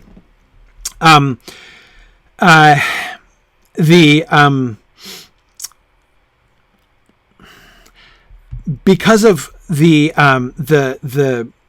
way in which the Witch King's will is beating against Frodo's will in commanding him to put on the sword, I am tempted, I'm not saying I'm 100% sure that this is right, but I am tempted to see this scene ultimately as the battle of 2 wills. Frodo's on the one hand and the Witch King's on the other hand. Well, Frodo's got some help. Now, the Witch King has some help too, but it's different. The hobbits are to stand back to back because they can get literally moral support, spiritual support from each other, right? The feeling of your companion at your back also standing and defending you, right, will bolster, so to speak, your spirits, right? That will increase your spiritual power, right? That knowledge. I don't believe, in fact, I believe quite firmly, the Ringwraiths don't operate like that, right? They don't feel more encouraged because there are other Ringwraiths there. Their strength is increased in numbers, but not, I think, like that. That I feel pretty clear. So Frodo has help in ways that I don't think the Witch King has help. Exactly. He has minions there. The other Ringwraiths are his minions. There seems to be a pretty big drop off. The Witch King seems to be on a very different level than the other Nazgul. I mean, they're definitely an 8-in-1 group, I think. The other 8 Ringwraiths, I think, are pretty definitively the backup band. They're the chorus, you know. They're the backup dancers, you know, to the Witch King's primary act. There, I mean, I think that's. I feel pretty confident in that too. Actually, it's not to say that they're nothing, right? I'm not saying that, but when he's there, they are his minions. That's kind of how it works, right? I mean, like among evil creatures, right? You don't have friends, you have minions. You have minions and you have masters. And the only question is which one you are, right? In any particular gathering. That's kind of what it means. You know, being a bad guy in Tolkien's world. Bricktail says he's Josie and the other 8 are the Pussycats. You know, kind of telling in this particular moment, isn't it? But anyway, yeah. So back to what I was saying before. I'm tempted to see the central drama of this scene being Frodo versus the Witch King, right? Therefore, the 2 wraiths that stay outside, who failed? Did they fail? Or did he fail? Right? And I'm thinking he did. Or fail, strong word. He's trying to bring all 5 of them into the dell with him, right? That, I think, is probably his plan. Again, I reject any idea of a purely tactical advantage of them remaining outside. They're coming in together. They appear on the lip of the dell together, and they march in together, except 2 of them don't march, right? So I'm imagining this as the Witch King ordering his minions, come, let us take the Hobbit, right? And it fails. 2 of them fail. So Arden Cran, I think it was you, Arden Cran, on Twitter, who inspired this with your question about, or your comment that the Witch King would be like poking them in the back to come in. My point is, I think he was poking them in the back, right? The fact that they didn't come represents the success of Aragorn and the other hobbits' resistance. Like his will was insufficient when met with their wills in resisting him. All 5 of them. It is 5 on 5, remember, right? So they're winning, right? By the fact that 2 of them can't come in, despite the fact that I feel pretty sure the Witch King is commanding them to come, they fail to come, right? Not because they're losers, but because the good guys are winning. That's what winning looks like, right? His will is insufficient to overcome their own wills in response. Oh, yeah, sorry. Here. Come on, Arnie, and come back.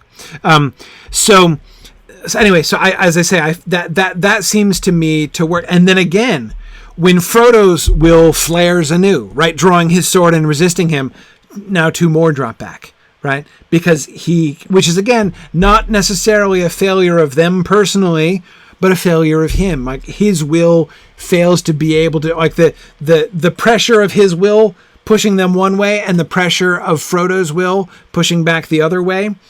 Again, Frodo's will, again, bolstered by his friends that he has there, prevails, right?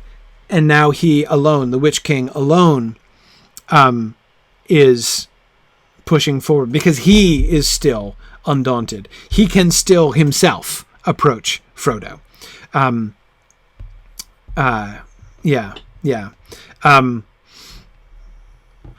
see, okay, so Fourth Dauntless says the Witch King is able to overcome Frodo enough to make him put on the ring. Yes, that's a win. That's clearly a win by the Witch King. Almost against Frodo's own will. Not quite, not against his will, right? He gives in, he submits to it. He resisting becomes unbearable, but he makes the choice to give in, right? What he's feeling, it's not a temptation. He's not being provided with reasons why he really actually truly wants to put on the ring, right? He's feeling the pressure and he submits to the pressure and it feels unbearable. Like he doesn't think he can hold out anymore, but he's not actually compelled. He does put on the ring, and we will see next week, presumably, the next morning, that he's going to rebuke himself for weakness of will. He's going to, looking backward, realize he caved, that was on him, right? And in Sorcel, yes, at Mount Doom, it's different. When his hand is moving of its own volition and he's like, stop, help, Sam, hold my hand, right? That's against his will, right? That is his will being overridden. This is not his will being this is his will being pressured, right? Very powerfully, very strongly pressured, such that he feels that he can't hold out. But I think if we look at what happens later on and what he experiences in Mordor, I bet that Return of the King Frodo would look back at this moment and say, oh, I thought that was unbearable. That was nothing. Holy cow. That was cheeseball compared to what I did, what I experienced later on. Right. He's still in the minor leagues of, resisting psychic pressure at this point, but he's new to it and it feels overwhelming. Right. Anyway. Okay. So, But anyway, Fourth Dauntless, coming back to your point, or finishing reading your comment even, he says, I find it hard to believe, so since Frodo was overcome by the Witch King's will before, I find it hard to believe that the Witch King, is therefore stymied enough that he can't command his minions. But remember, it's not static, right? Frodo draws his sword. When Frodo drawing his sword is a kind of spiritual counterattack against them. Right? Frodo is, I believe that when Frodo draws his sword and resists them, he's not in the same place spiritually, emotionally, morally, as he was when he put on the ring just a second ago. Right? I think what we're seeing here is a kind of back and forth, Fourth Dauntless.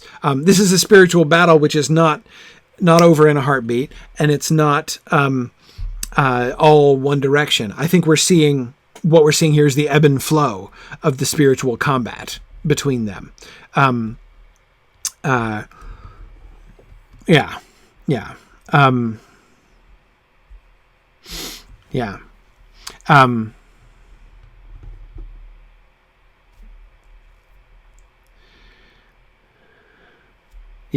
Yeah, Matt, I think that's a good way of thinking about it. Matt says, it might be easier to think of the Ringwraiths not as being attacked, as attacking, but and being stopped as if by a wall, or their spiritual sword stroke being blocked by the spiritual shield being raised by Frodo. But rather, the Witch King coming forward, Matt says, is like the spear slowly being pushed through the resistance, right? The tip of the spear gets there, right? But there is resistance all the way through. There was even resistance. He didn't immediately put on the ring, right? I mean, he fought for a while, again, not nearly as long as he might have fought, 6 months later, but still, he fought. Thinking about that as the pushing through, but the resistance is real, right? The resistance is real. Okay.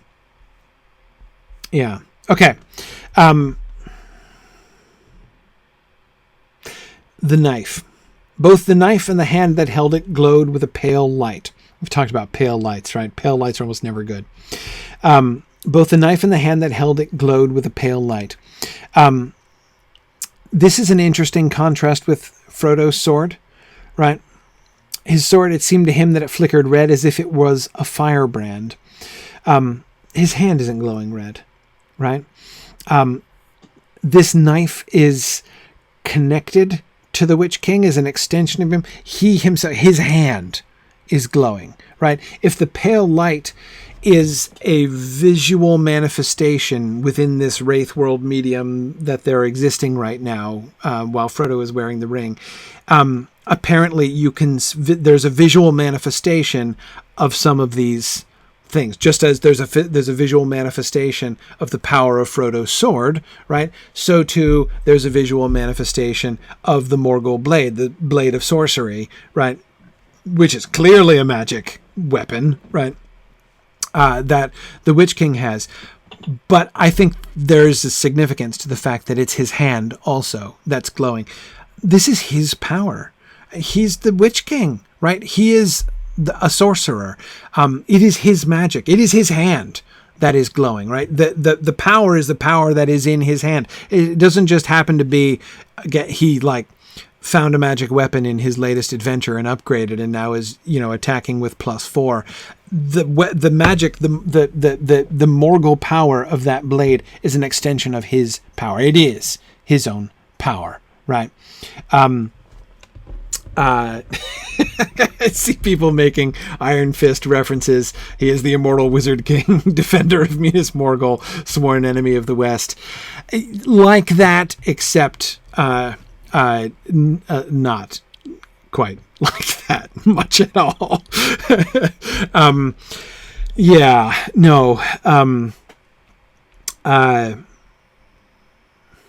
Okay, sorry, that was the facial expression of me resisting the temptation. See, I like Frodo. I just experienced a temptation, but resisted it. That is the temptation to go off on an Iron Fist tangent, having just watched season 2 of Iron Fist on Netflix last week. But anyway, I'm not going to talk about that. I'm going to talk about the hand of the Witch King, right? Which is glowing. Again, the power that is in the blade is in his hand, is from his hand, right? In a way that Frodo's hand is not burning with flame, right? Frodo does not have that power. His sword does, right? Because it is invested with the spirit and power of the Maker, the Númenórean Maker. The Witch. This is a different situation. The fact that his hand is glowing, I think, is meant to convey something very, very different. Yeah, good. Matt says that this clearly proves that Frodo is the one who wrote the about the attack on Crickhollow, right? Because he describes the Morgul blade there, and he's the only one who has seen this blade, and therefore, can describe it like this.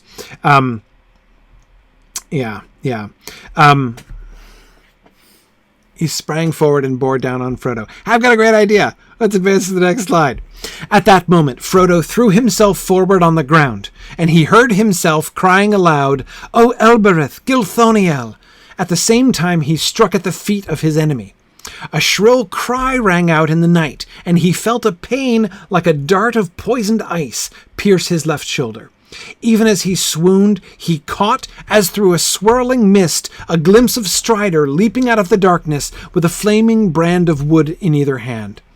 With a last effort, Frodo, dropping his sword, slipped the ring from his finger and closed his right hand tight upon it. Okay. All right.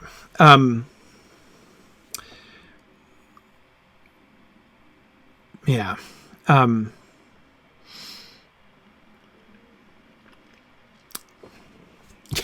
Crystals, go out. We read the last paragraph. Yeah, not gonna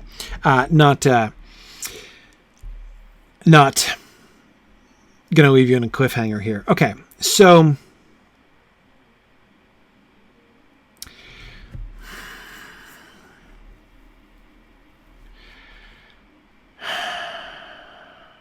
all right.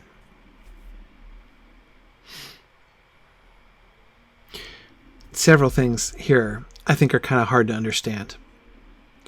Frodo throws himself forward on the ground. All right. Let me do a little experiment here. Let me reread a little bit, skipping one thing.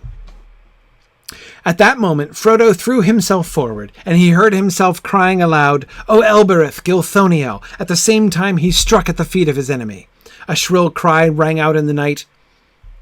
Okay, how about that? Okay. If you leave out "on the ground," right, this sounds like a totally offensive maneuver by Frodo.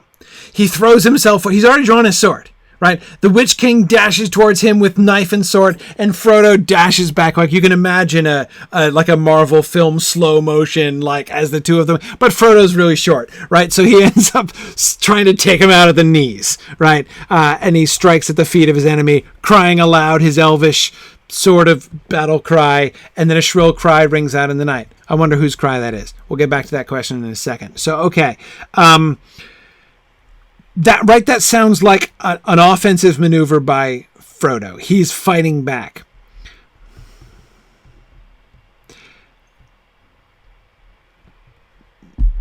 At that moment, Frodo threw himself on the ground. If you just read, so notice I skipped a different bit. Right? At that moment, Frodo threw himself on the ground, and he heard himself crying aloud, "O Elbereth Gilthoniel."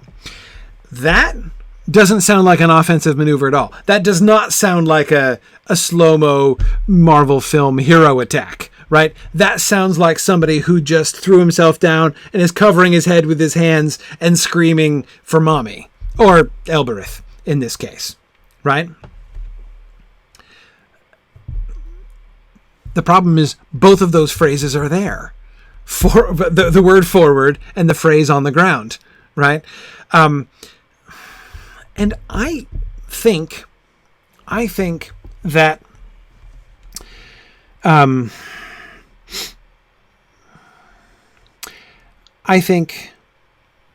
it's meant to convey this kind of ambiguous sense, right?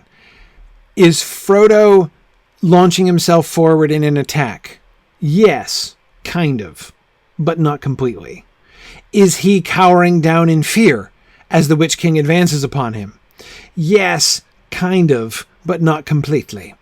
I think that there's elements of both, right? I mean, like he's Hardin says perhaps Frodo was ducking a potential sword swipe from his foe. It could absolutely be a tactical maneuver. I don't really think so. Fourth Dauntless says this could mean that Frodo is trying both to attack and to hide at the same time, and he ends up doing both badly. That's exactly what it sounds like to me. Like, part of him is hiding and part of him is attacking, and the result ends up looking weird, because it looks weird. I mean, if you just picture exactly what is described, it's strange. To throw yourself forward on the ground, but swipe at his feet, right? I mean, that's an inefficient way to attack. I think that's pretty inefficient as a way to... I mean, I'm not saying it couldn't possibly be effective, but like throwing yourself to the ground, generally not a good idea in combat. I'm not a really experienced sword fighter. I'm not even an experienced sword fighter of any kind. But still, I've read enough books to know that if you throw yourself on your face on the ground in battle, it normally doesn't end up well for you, right? So I don't that, and especially that whole motion, that motion taken by itself, to throw yourself on your face on the ground in front of him, that's a bad look, right? That looks like him winning spiritually, right? And yet, he is still going forward, and he's attacking, despite the fact that he's simultaneously prostrating himself on the ground while he's doing it, right? So I think it's both.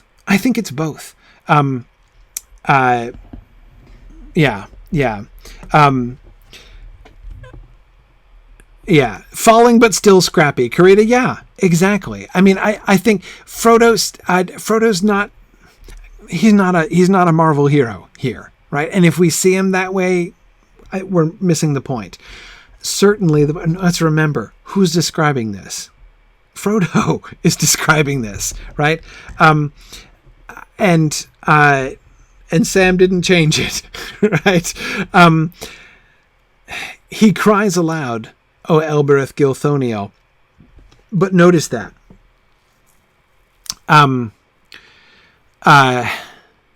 He heard himself crying aloud. If Frodo's will is being circumvented, if Frodo's will is being forced here, it's not by the Witch King, right?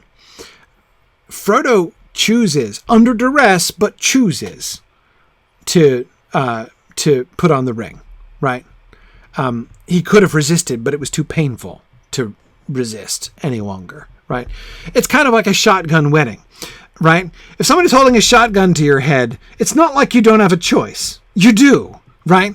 You could choose to get shot in the head, right? Like, it's still a choice. Frodo had a choice. He chose to put on the ring under duress, but he chose to put on the ring. He didn't choose to cry, "O Elbereth Gilthoniel," right? He's like, well, gosh, I find that I am crying, "O Elbereth Gilthoniel." How'd that happen? Right? That's involuntary, it seems, in that sense. Irindus, I agree. This description does really seem to capture perfectly this, like, ambiguous combination, this perfect blend of offensive maneuver and cowering in fear. We see him winning and losing at the same time here, I think. So who or what is doing an end around of Frodo's will here? Why is Frodo calling out Elbereth Gilthoniel? Is this an elvish spell of some kind? Is this again, the one thing that the description sounds to me like it seems to eliminate as a possibility is that Frodo decided to do it because he thought it would be to say it as my son Matthias would say it. Frodo cries out, "O Elbereth Gilthoniel." It's super effective. Some of you will get that reference, others will not. But anyway, he's not doing this tactically either, right? Again, I don't think that he's making that call. So who is making that call? He is he is. And for those of you who don't get it, it's a Pokemon reference. Sorry, just to clarify what that was. Anyway, so two options that I can see right away. One, that this comes from Elbereth straight up. Right, this is direct. This is a direct line that the Valar themselves are in some sense intervening here, and he's being inspired, perhaps by Elbereth herself. The other thing, the other possibility, is that it's Gildor's fault. Here's what I mean. There you go. Thank you. Erucheb quoted the line I was just going to try to recite from memory, Erucheb. That Frodo, son of Drogo, will know more of these fell things than Gildor Inglorian. May Elbereth protect you. Exactly. Gildor Inglorian, from whom he first heard the phrase, O Elbereth Gilthoniel, right? The very phrase that drove away the Ringwraith who was near him before in the Shire, right? Said to him, may Elbereth protect you. When Gildor says, may Elbereth protect you, I do not think that's just good wishes, right? I don't think that, he's being like, good luck, dude, right? That is not that's not Elvish for good luck, dude, right? I believe that when he says, may Elbereth protect you, he is doing something there, right? So is this in some sense him,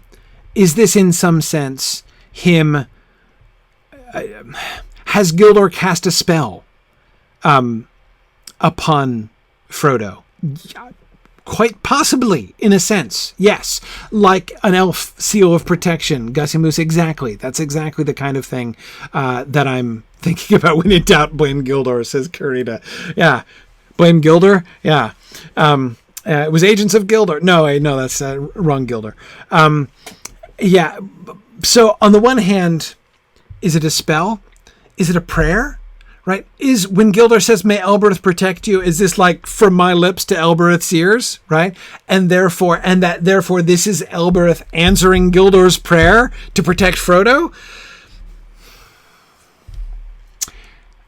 I don't know that there is much to choose between those two things. That is like to say, is this like a spell of blessing laid upon him by Gildor Inglorian on the one hand, or is this Elbereth protecting him? As Gildor prayed that she would. Is there a difference between those two things? I'm not sure that there is a difference between those two things, really. Yeah. So,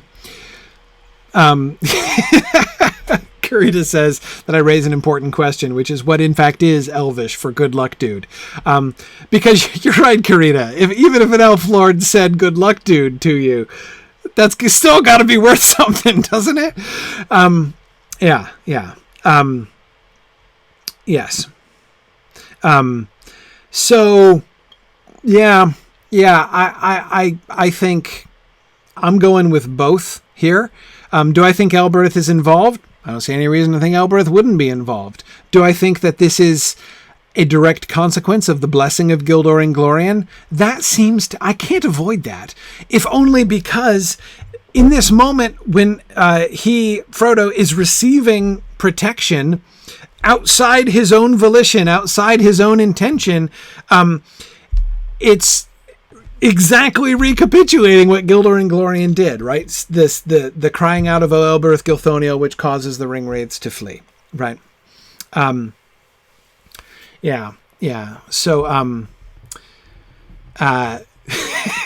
ask not the elves for good luck, dude, for they shall tell you both no and yes. Yeah, something like that. Anyway, yeah. So both of these two things, right? Both of these two things, I think are functionally the same. But I think that's what we're seeing here.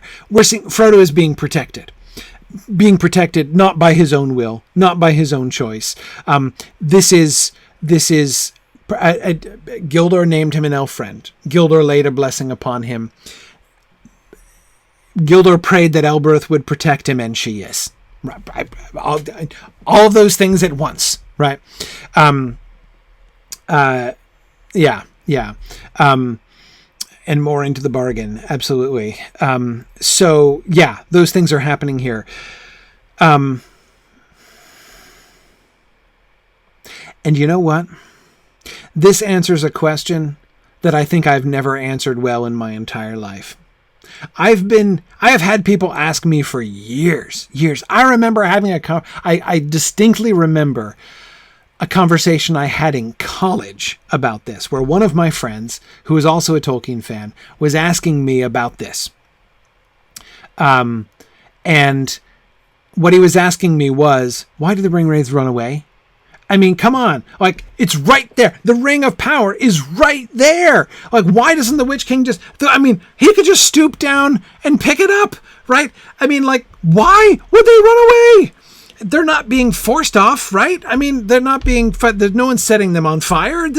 Why would they run away? Answer, because they've been repelled, right? Oh, Elbereth Gilthonia. Why did the Ringwraith run away in the Shire when Gildor and the other elves showed up, right? Same reason. I don't think that the Ringwraiths are... I don't think that the Ringwraiths are running away, again, tactically. I don't think that they're like, well, this is now going according to our plan. We have stabbed him with our Morgul blade, and now we shall withdraw, and he shall come into our clutches inevitably. I don't think that's the plan. I think that they plan to take him, but I don't think they can choose but run away. When he cries aloud, "O Elbereth Gilthoniel," and again, it's not just him. It's not just Frodo invoking a magic word. This is something else working for him, through him, around him. He is protected in this moment, and that protection is saving all of them as and makes the Ringwraiths flee like they do, right? When Gildor shows up saying, "O Elbereth Gilthoniel." Providence as well, maybe belongs absolutely. And there's your classic example of, is it one or is it the other? No, of course it's both, right? Equally, both, 100%. Yeah. Aslan's Compass, just thinking of Boethius there as well. Yeah. He said the word. Says Poopful, exactly. Yeah. What do the Ringwraiths and the Knights Who Say Knee have in common? Yes.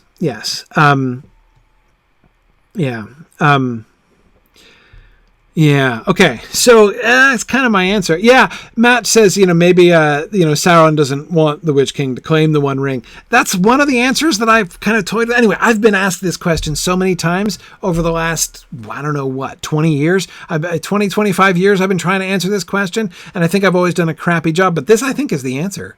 I think, O Elbereth Gilthoniel.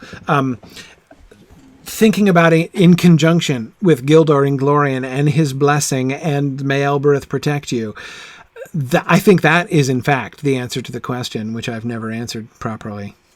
What a rewarding experience this class is turning out to be. Here's another question. Let me get back to answering the question I already posed. A shrill cry rang out in the night. Who cries out in the night? Who cries out in the night? Who cries out in the night? Is it Frodo, or is it the Witch King? I think Hrothgar. I think it's the Witch King. Now, it's possible, and I kind of like the idea that it's Frodo, right? That Frodo himself cries out, and he sort of hears it in this kind of disembodied way, right? I kind of like that, but I don't think so. I think it's Sam D-Mate. No way. But yeah, no, I think it's the Witch King. And I think, again, this is the sound of the Witch King retreating. He is crying out shrilly, but not before he... yeah, exactly. Arden Cran says the raids had bad intel. The target was much stronger than they expected. Exactly. That's what's... The Ringwraiths lose on in the Dell under Weathertop, right? The Witch King loses. He's not routed, right? So let's see, Karita, what grade do I give the Witch King? I'm going to go ahead and give the Witch King a B+. I'm going to give the Witch King a B+. He perseveres, right? Again, remember Matt's image of like thrusting the spear against resistance, right?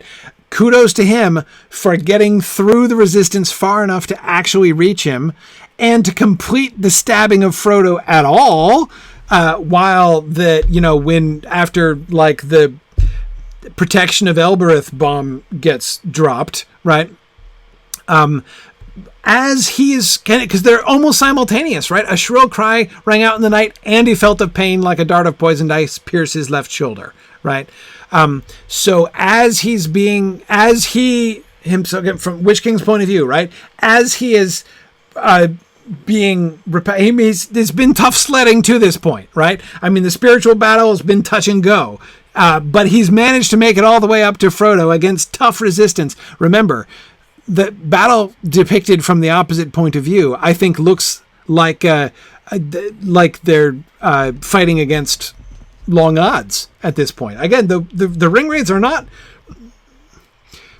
This is not the Ringwraiths pouncing on helpless foes, right? I mean, I think when we look at the ebb and flow of stuff, I think we can see the Ringwraiths they're not outnumbered. Their numbers are equal, but I think they're outgunned. The Ringwraiths are not winning this fight.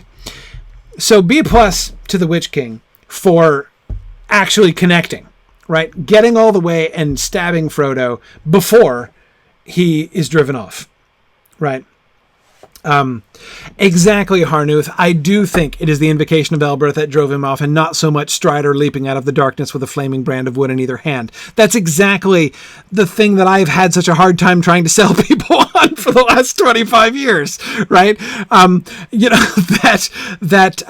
Like Strider with a torch is enough to like drive them away without setting fire to their faces, like he does in the film. Stephen wants to know, could Frodo have stabbed the Witch King in the foot? Yeah. Oh, yeah. Totally. He could have stabbed the Witch King in the foot, right? I mean, hey, Merry can stab him in the back of the knee. Frodo could have stabbed him in the foot. Absolutely. It would have been fun because to see the Witch King limping later on, if he had been, that would have been kind of awesome. But he doesn't. So he misses him. But yeah, no, absolutely. If Frodo makes, we have empirical evidence to show that if these weapons do in fact make contact with the semi-corporeal persons of the Witch King, of the Witch King personally, that it matters. D-May is accusing me of grade inflation. Okay, D-May. Maybe you're right. Maybe I should not be giving the Witch King a higher grade than I gave to Fatty Bulger, right? Yeah, it's so true, D-May. You're right. But it's a passing grade, right? He passes. He doesn't fail. Failing would have been running away, right? But he gets the stroke in, and it almost is enough. Maybe C+. Does that seem fair, D-May? Give him a C+, like a passing grade, but still, like, we'd still want to have a parent-teacher conference afterwards, right?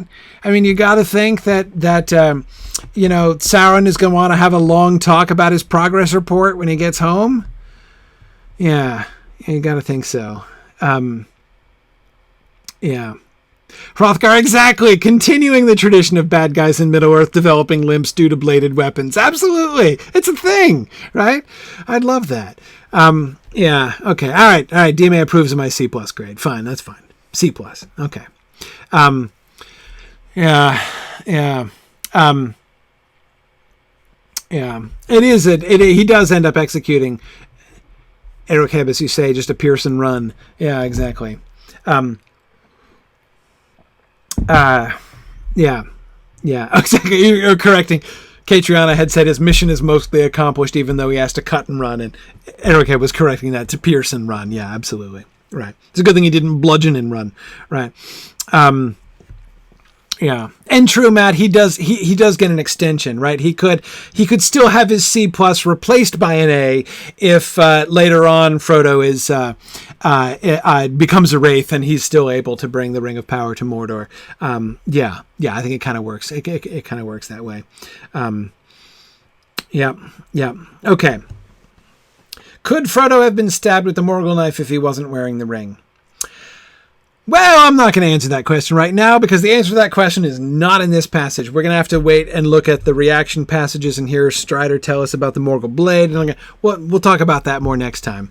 We have no idea from this passage, so let's stick to this for now. But we'll come back to that, Evil Dr. Cannon. I promise. That's a great question, and I promise we won't lose that. Okay, so So Frodo is swooning. The dart of poisoned ice. Several people were talking about the dart of poisoned ice. There is, of course, the fairy tale connection. I know, but I'm forgetting. Remind me. What fairy tale is that for? Somebody gets pierced by poisoned ice, don't they? There's a famous fairy tale where there's a poison ice stabbing. Somebody remind me. But I know that at least one of you, the Snow Queen. There's a Snow Queen who gets pierced by poisoned ice. Right. Yeah. Right. Okay. Yeah. Hans Christian Andersen. All right. I knew that was a thing, but it's also, as several of you were pointing out, a really powerful metaphor as well. Right? I mean, you can really feel that, right? You know, the ice, but that sense of poison. Yeah.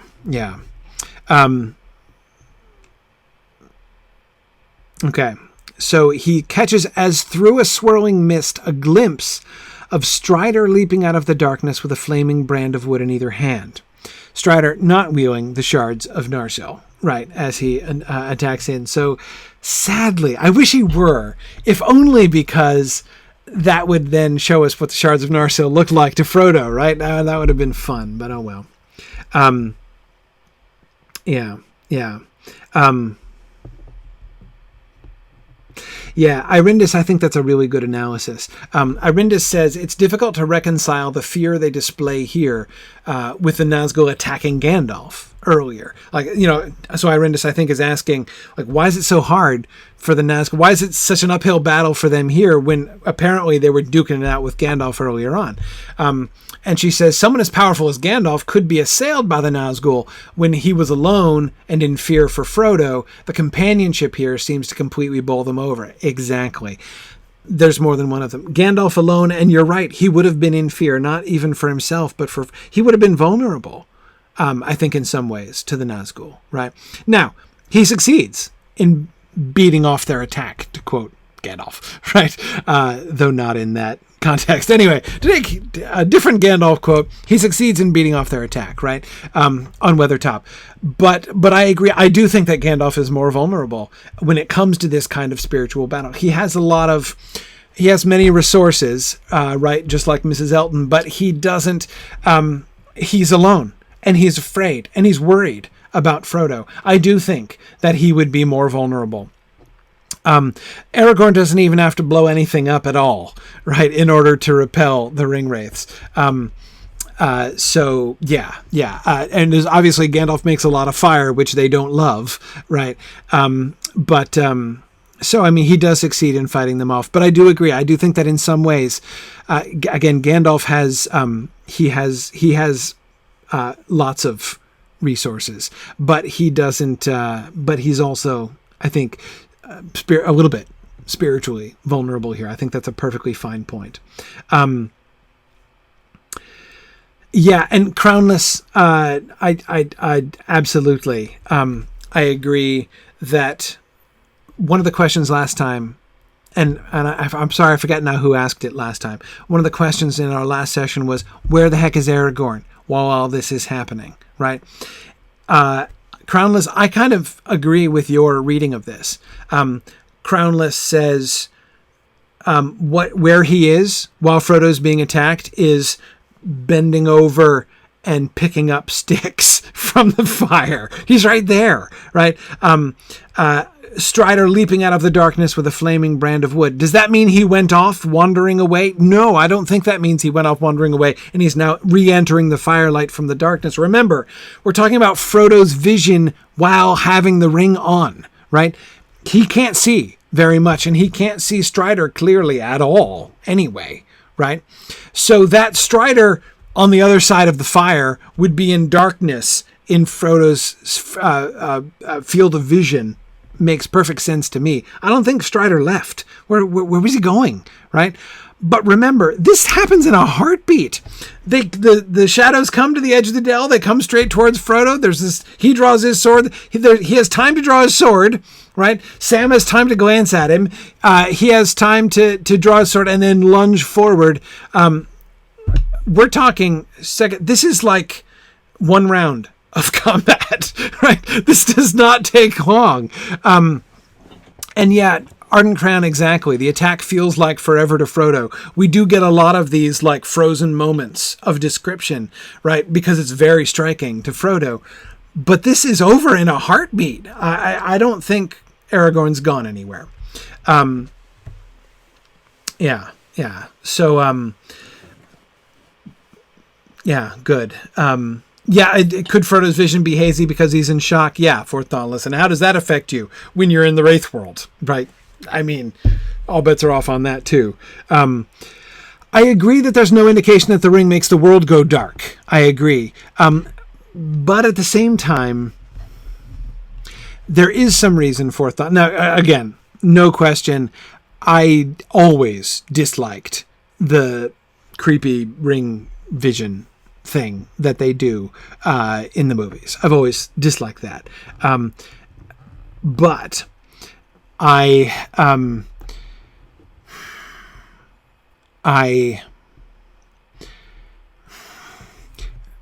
don't think we can judge Frodo's experience right now by Bilbo's experience in The Hobbit, or even Frodo's experience at other times, right? There will be times when we will see Frodo wearing the ring, where like he's just invisible and everything. Like, for instance, when he's rowing his boat away from Parth Galen, right? No reason to think there. There's nothing. He can see Sam's hand, right? Fine, as Sam is drowning, right? There's no. He's able to paddle his canoe, but I mean, there's no indication that the world looks different to Frodo. However, this is not any moment, right? Think of the way in which he is being assaulted. Think of the confrontation with entering the world with the Ringwraith, seeing them and like how they couldn't see that.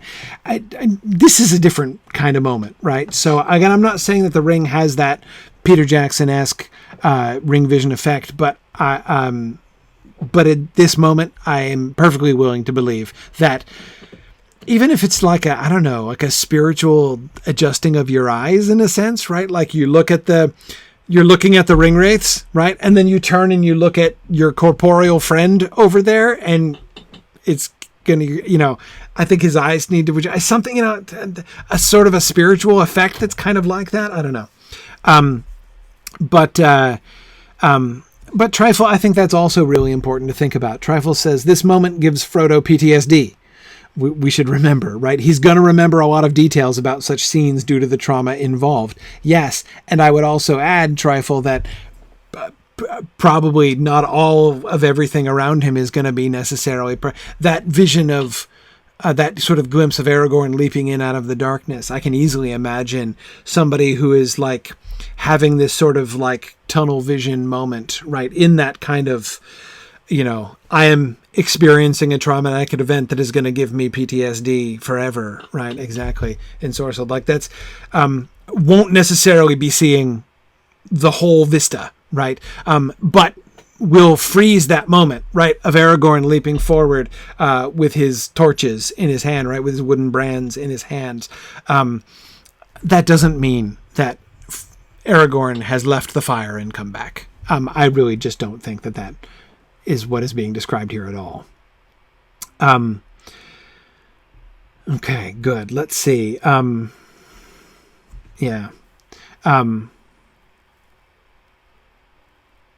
Exactly. Yeah. Irinda says, it's not that Frodo's in a weird shadow world like in the movie, but that figures in the Wraith world will stand out more clearly or be easier to focus on. That's exactly what I was fumbling to try to say, Irindus, when talking about like his eyes adjusting, that kind of thing. Exactly. Yeah, sorry, Laura, you're absolutely right. We should stop here. last thing that I'll observe is that Frodo does make one last effort, which is to take off the ring. Frodo taking off the ring. There is one last item on Frodo's resume, right, from today's actions. And that is his choice to take off the ring. There is a sense in which at the very end, he undoes the choice that he made at the beginning. And like, you can't undo it. I mean, it's not like he goes back and reverses it. Well, he does reverse it literally, but he doesn't undo it in the sense of making it not have happened. But what he does do is he makes the opposite choice at the end. So there is a sense in which, again, he ends with victory, right? Yeah. And yeah, I was thinking the same thing for Dauntless, contrasting it with Bilbo lapsing into unconsciousness, wearing the ring in the Battle of Five Armies, right? I don't think that this means like Frodo succeeded where Bilbo failed. I mean, Frodo doesn't get clouded on the head with a boulder either. So, like Frodo is stabbed but not concussed, and so they have different experiences. But it's not about the comparison. We do have that image, right, of Bilbo lying invisible and unable to be found for days. What would have happened had that happened with Frodo? It is really important that Frodo make this effort of will. And he does, but I think it's more than practical. It has a practical result, right? The result of Frodo being able to be found and helped and tended, his wound to be tended and everything by Aragorn, which would not have happened had he been invisible, right? However, I mean, how could they even have told that he was wounded, right? They wouldn't have known. However, I think it's also more than that. I think this is also the last blow in the spiritual battle. Right. That Frodo, in taking off the ring, is striking. That Frodo has the last word in that sense. Right. Yeah. Okay. Yeah. No, Catriona, they would have stumbled on him. Yeah, like somebody would have stepped on him sooner or later and figured out that he was there. But how would they have been able to tell he was wounded? Right. I mean, while he was unconscious anyway. Yeah. Yeah. So, yeah. And as Mike points out, if they had found him lying there invisible in the night and they had forcibly, by feel, removed the ring from his finger, that's a move with implications, right? That's dangerous. Yeah. Yeah. Anyway. Okay. Good point. All right. Let's stop there. At least we accomplished my first goal, which was to end to finish the chapter, because we totally finished the chapter. And now I want to do drawings. So I said we were going to do drawings. For those of you who came in late, didn't hear about this, but I'm giving stuff away because it's the fundraising campaign and we're celebrating. So I'm going to give things away. Hey, Valoria, are you here? Yes, I'm here. Awesome. Okay, let's see. Good evening, everybody. Good to be back. Evening. Okay. And I'm gonna do drawings as I always do. That is with dice, of course. How else would you do these things? Got your D20 table, right? I do. Well, for the donor one, let me see. Hang on. Let me get up to a different. I'm just going to pull up a different page here. Sorry, needless to say, this needs to be refreshed. Speak of refreshing, let me get back to Lotra here. Okay, hang on a second. All right. Okay, so I'm just looking now at the generous donations that have come in during our class today. I'm going to do my first drawing of the people who have donated during class, like I said. Okay, there we. Oh, hang on, I just did the wrong date. That's not good. That's just not this month. Okay, that's better. That's this month. So many things with which to interact and. Okay, there we are. Awesome. Okay. Very good.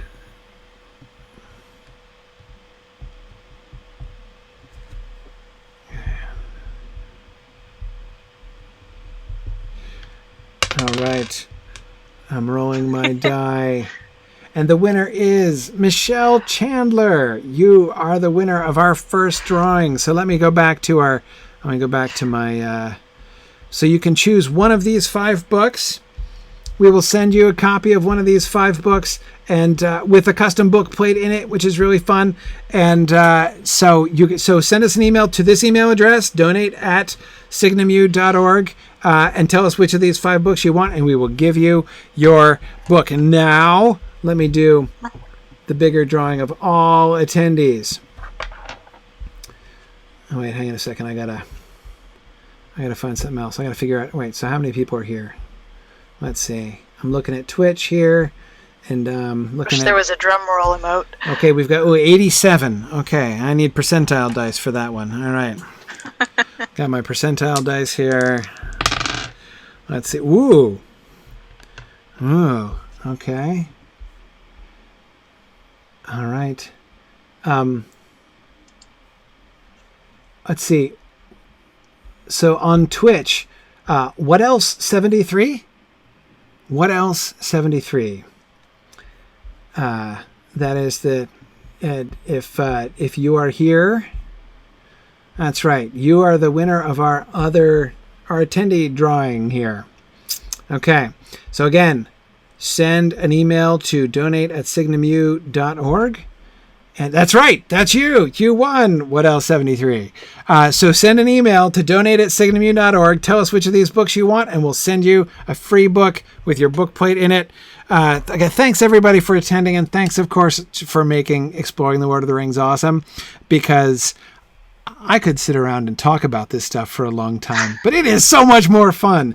You guys have so many awesome observations, and I can never do this without you guys. So thanks for joining me.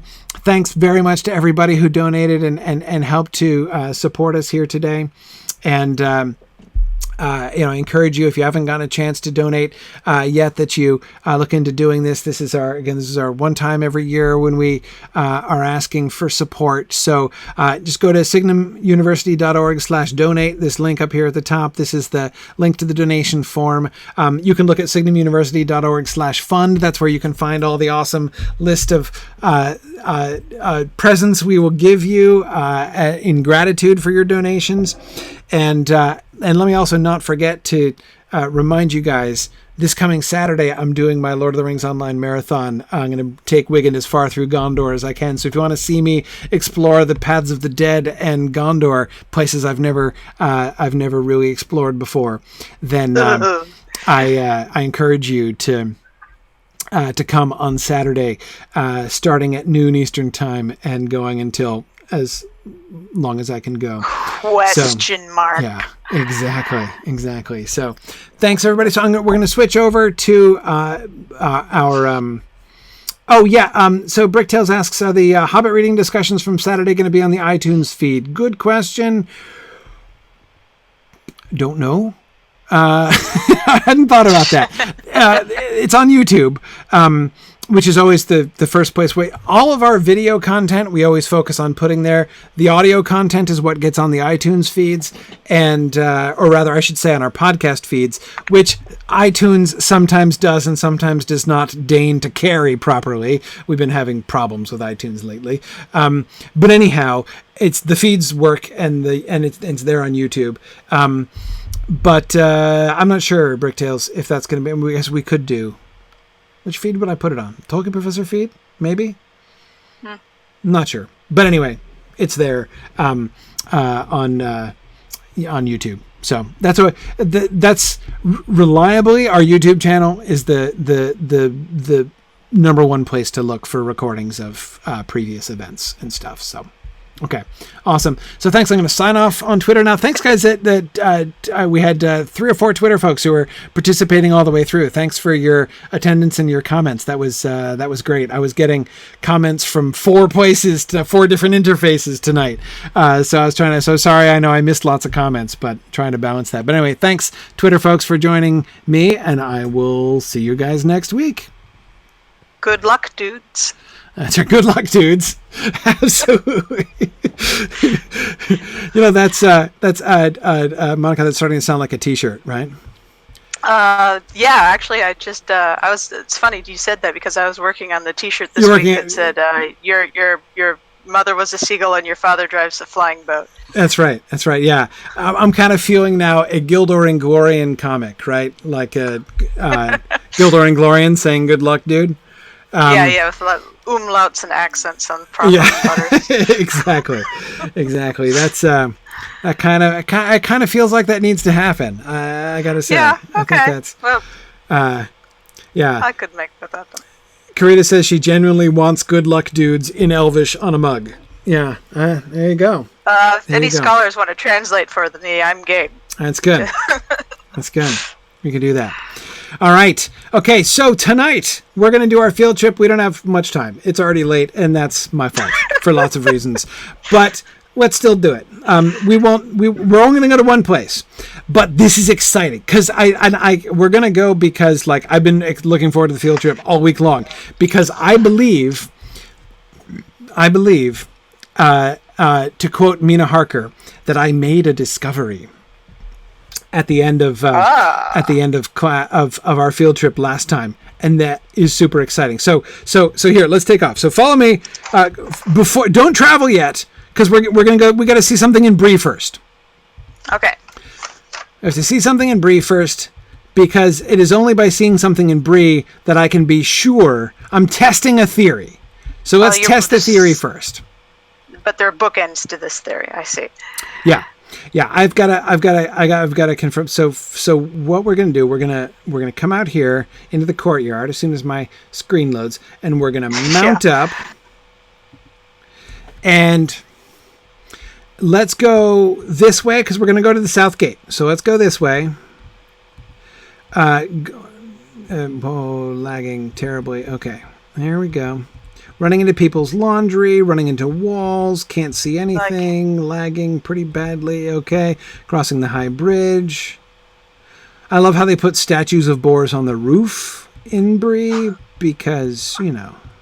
On a wooden ceiling, there's no way this can backfire. Yes, stone statues of boars on a wooden ceiling.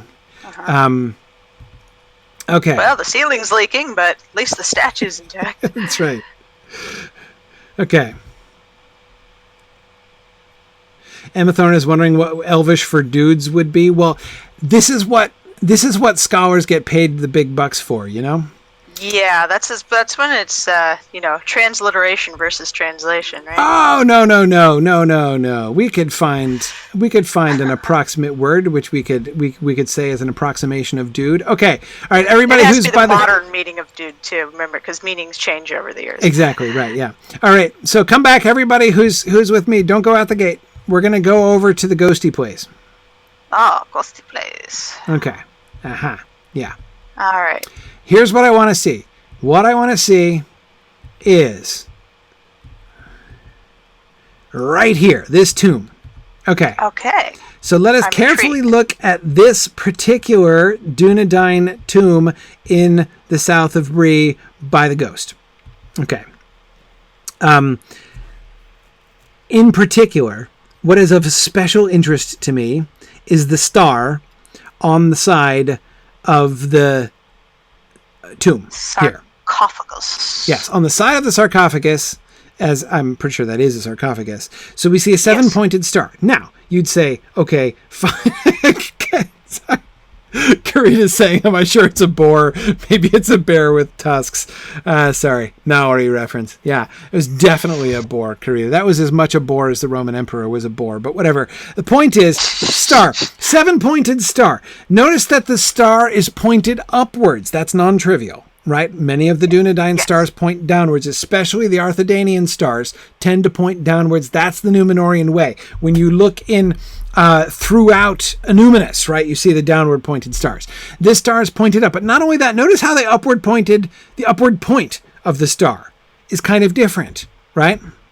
It's like darker. It's not uniform with the rest of it. Looks like it's chipped off. Or something, right? But it's the same on both sides, and indeed it's the same in lots of other places that we can see. Most especially, you can see stars like this, as we saw stars like this before, in the Barrow Downs.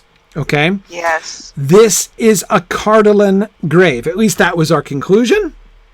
when we believe so. were looking at this before, when we were looking at this and when we were looking, because we know the Barrow Downs are our touchstone, right? We know that the one place where we are 100% certain the Dunedain of Cardolen lived, and so where ruins, if Númenorian ruins be found there, are going to be, as we said, Cardolangian ruins, is going to be in the Barrow Downs. And we saw stars like this there as well. Right.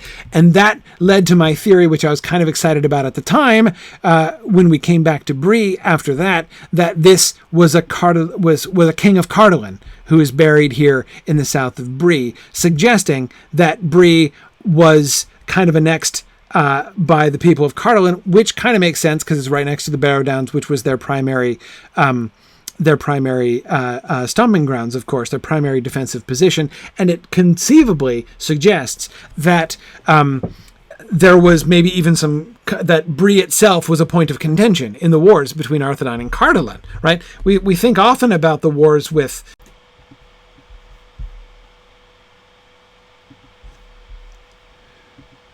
Okay. Twitch is back. Yep.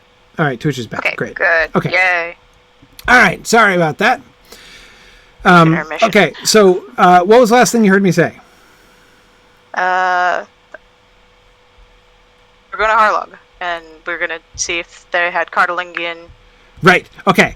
We ended up at the ruins there last time, so I'm gonna try to. Boy, there's a big crowd here. I'm gonna try to get through. So let's go to Oscaruth. Okay.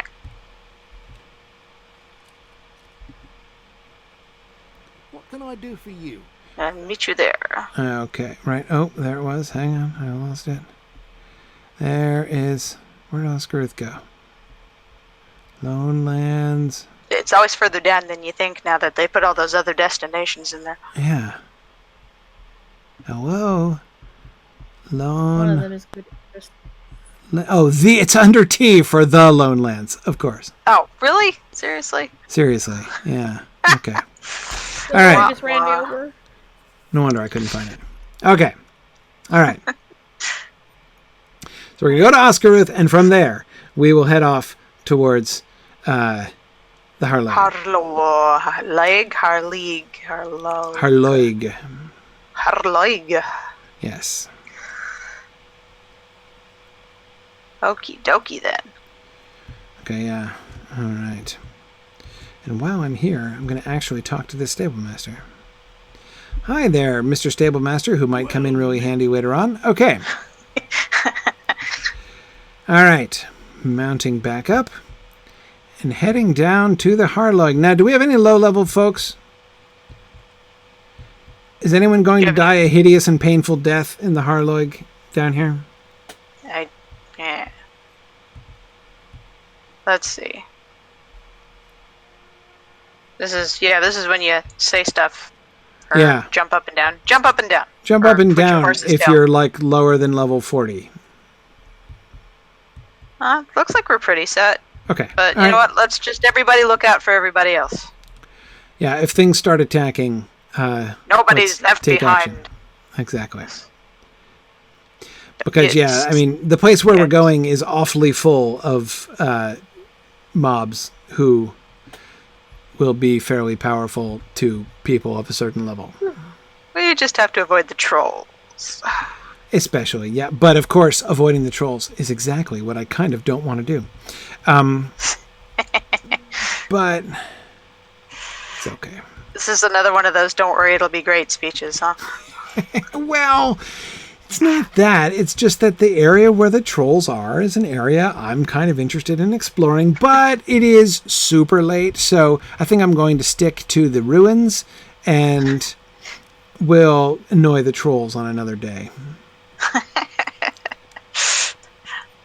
Where's that title? Professor Olson, Troy Annoyer. Troll Annoyer. Annoyer. Troll Yes. Annoyer, that's hard to say. It is. Say that 5 It's times fast. unexpectedly difficult to say. La Trilka. Okay, all right, there are the ruins. What a nice clear night it is down here in the swamps. Yeah. Don't usually get nights like this in the Lone Land. Okay.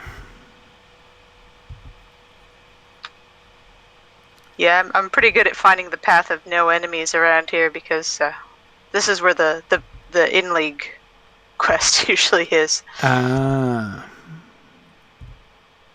The Waldo, what's his face? Oh, so yeah, the Bilbo Baggins. Yeah, there's the Bilbo Baggins birthday event today. Event, yes. Yeah.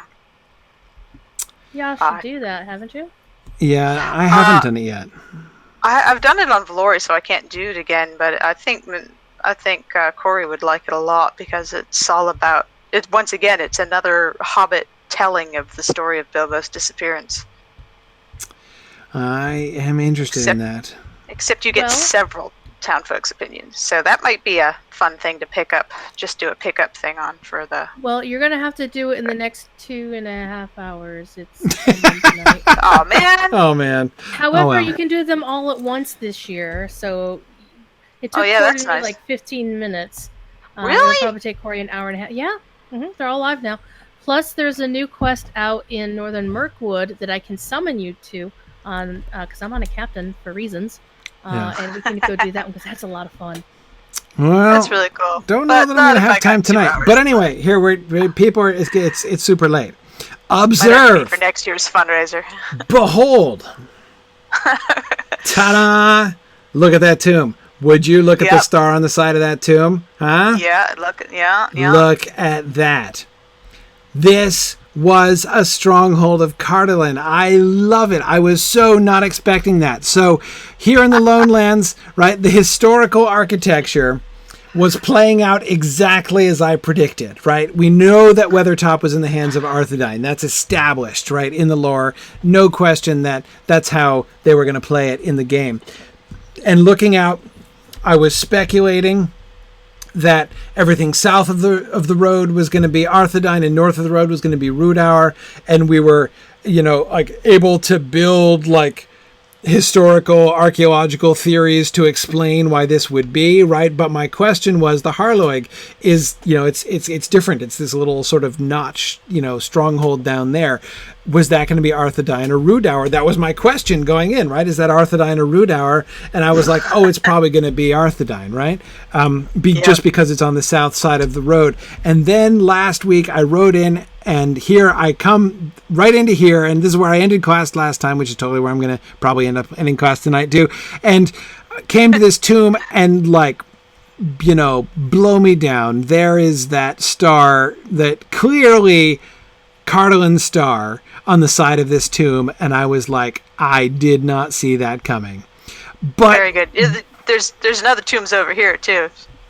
But what a lovely idea! What a clever thought by the Lotro developers, right? Because of course it's super tempting to turn the Civil Wars, right? The Arnorian Civil Wars into a two-sided affair. Right? Into a Rhudaur versus Arthedain thing. Good guys versus... Oh dear. That was fun. Yeah. So, yes, the Bilbo thing does end at 3 in the morning. Sorry. I've been trying to get your attention about it because I knew you No, I know. I would like... But I just... Yeah. Anytime I have to play the game, I should be prepping Wiggin. There's really no... Yeah, and that's also the other thing I did want to bring up. I have actually been running through that on my soon-to-be raid alt. Okay. And whatnot. The quest started in 95, and by the time you get to Okay, so he's saying, I think we will take this as a sign. Oh, I'm back. I can now hear you again. Yeah, okay. So yeah, I think I'm gonna go like Aragorn and take this as a sign here. Yeah. Sorry. I don't know what's happening here. My internet seems to be going wonky. But yes, it's sufficiently late anyway. So why don't we say goodnight? So this was what the number one thing I wanted to accomplish was to prove my theory, which has been proven. So which you did. We'll finish exploring next time. But anyway, sorry. I apologize for the technical difficulties. It happens. Yes. I'll try and fix it tomorrow. Yeah, it might be my IP. I'll try to sort things out. But anyway. Sure. Okay. Thanks, everybody. I will Good night. see you guys next week. Thanks for joining me on this epic exploration of The Lord of the Rings and of Standing Stone's video adaptation of Tolkien's story. If you are having even half the fun I'm having on this journey, I hope you will consider supporting the project by donating at signumuniversity.org/fund.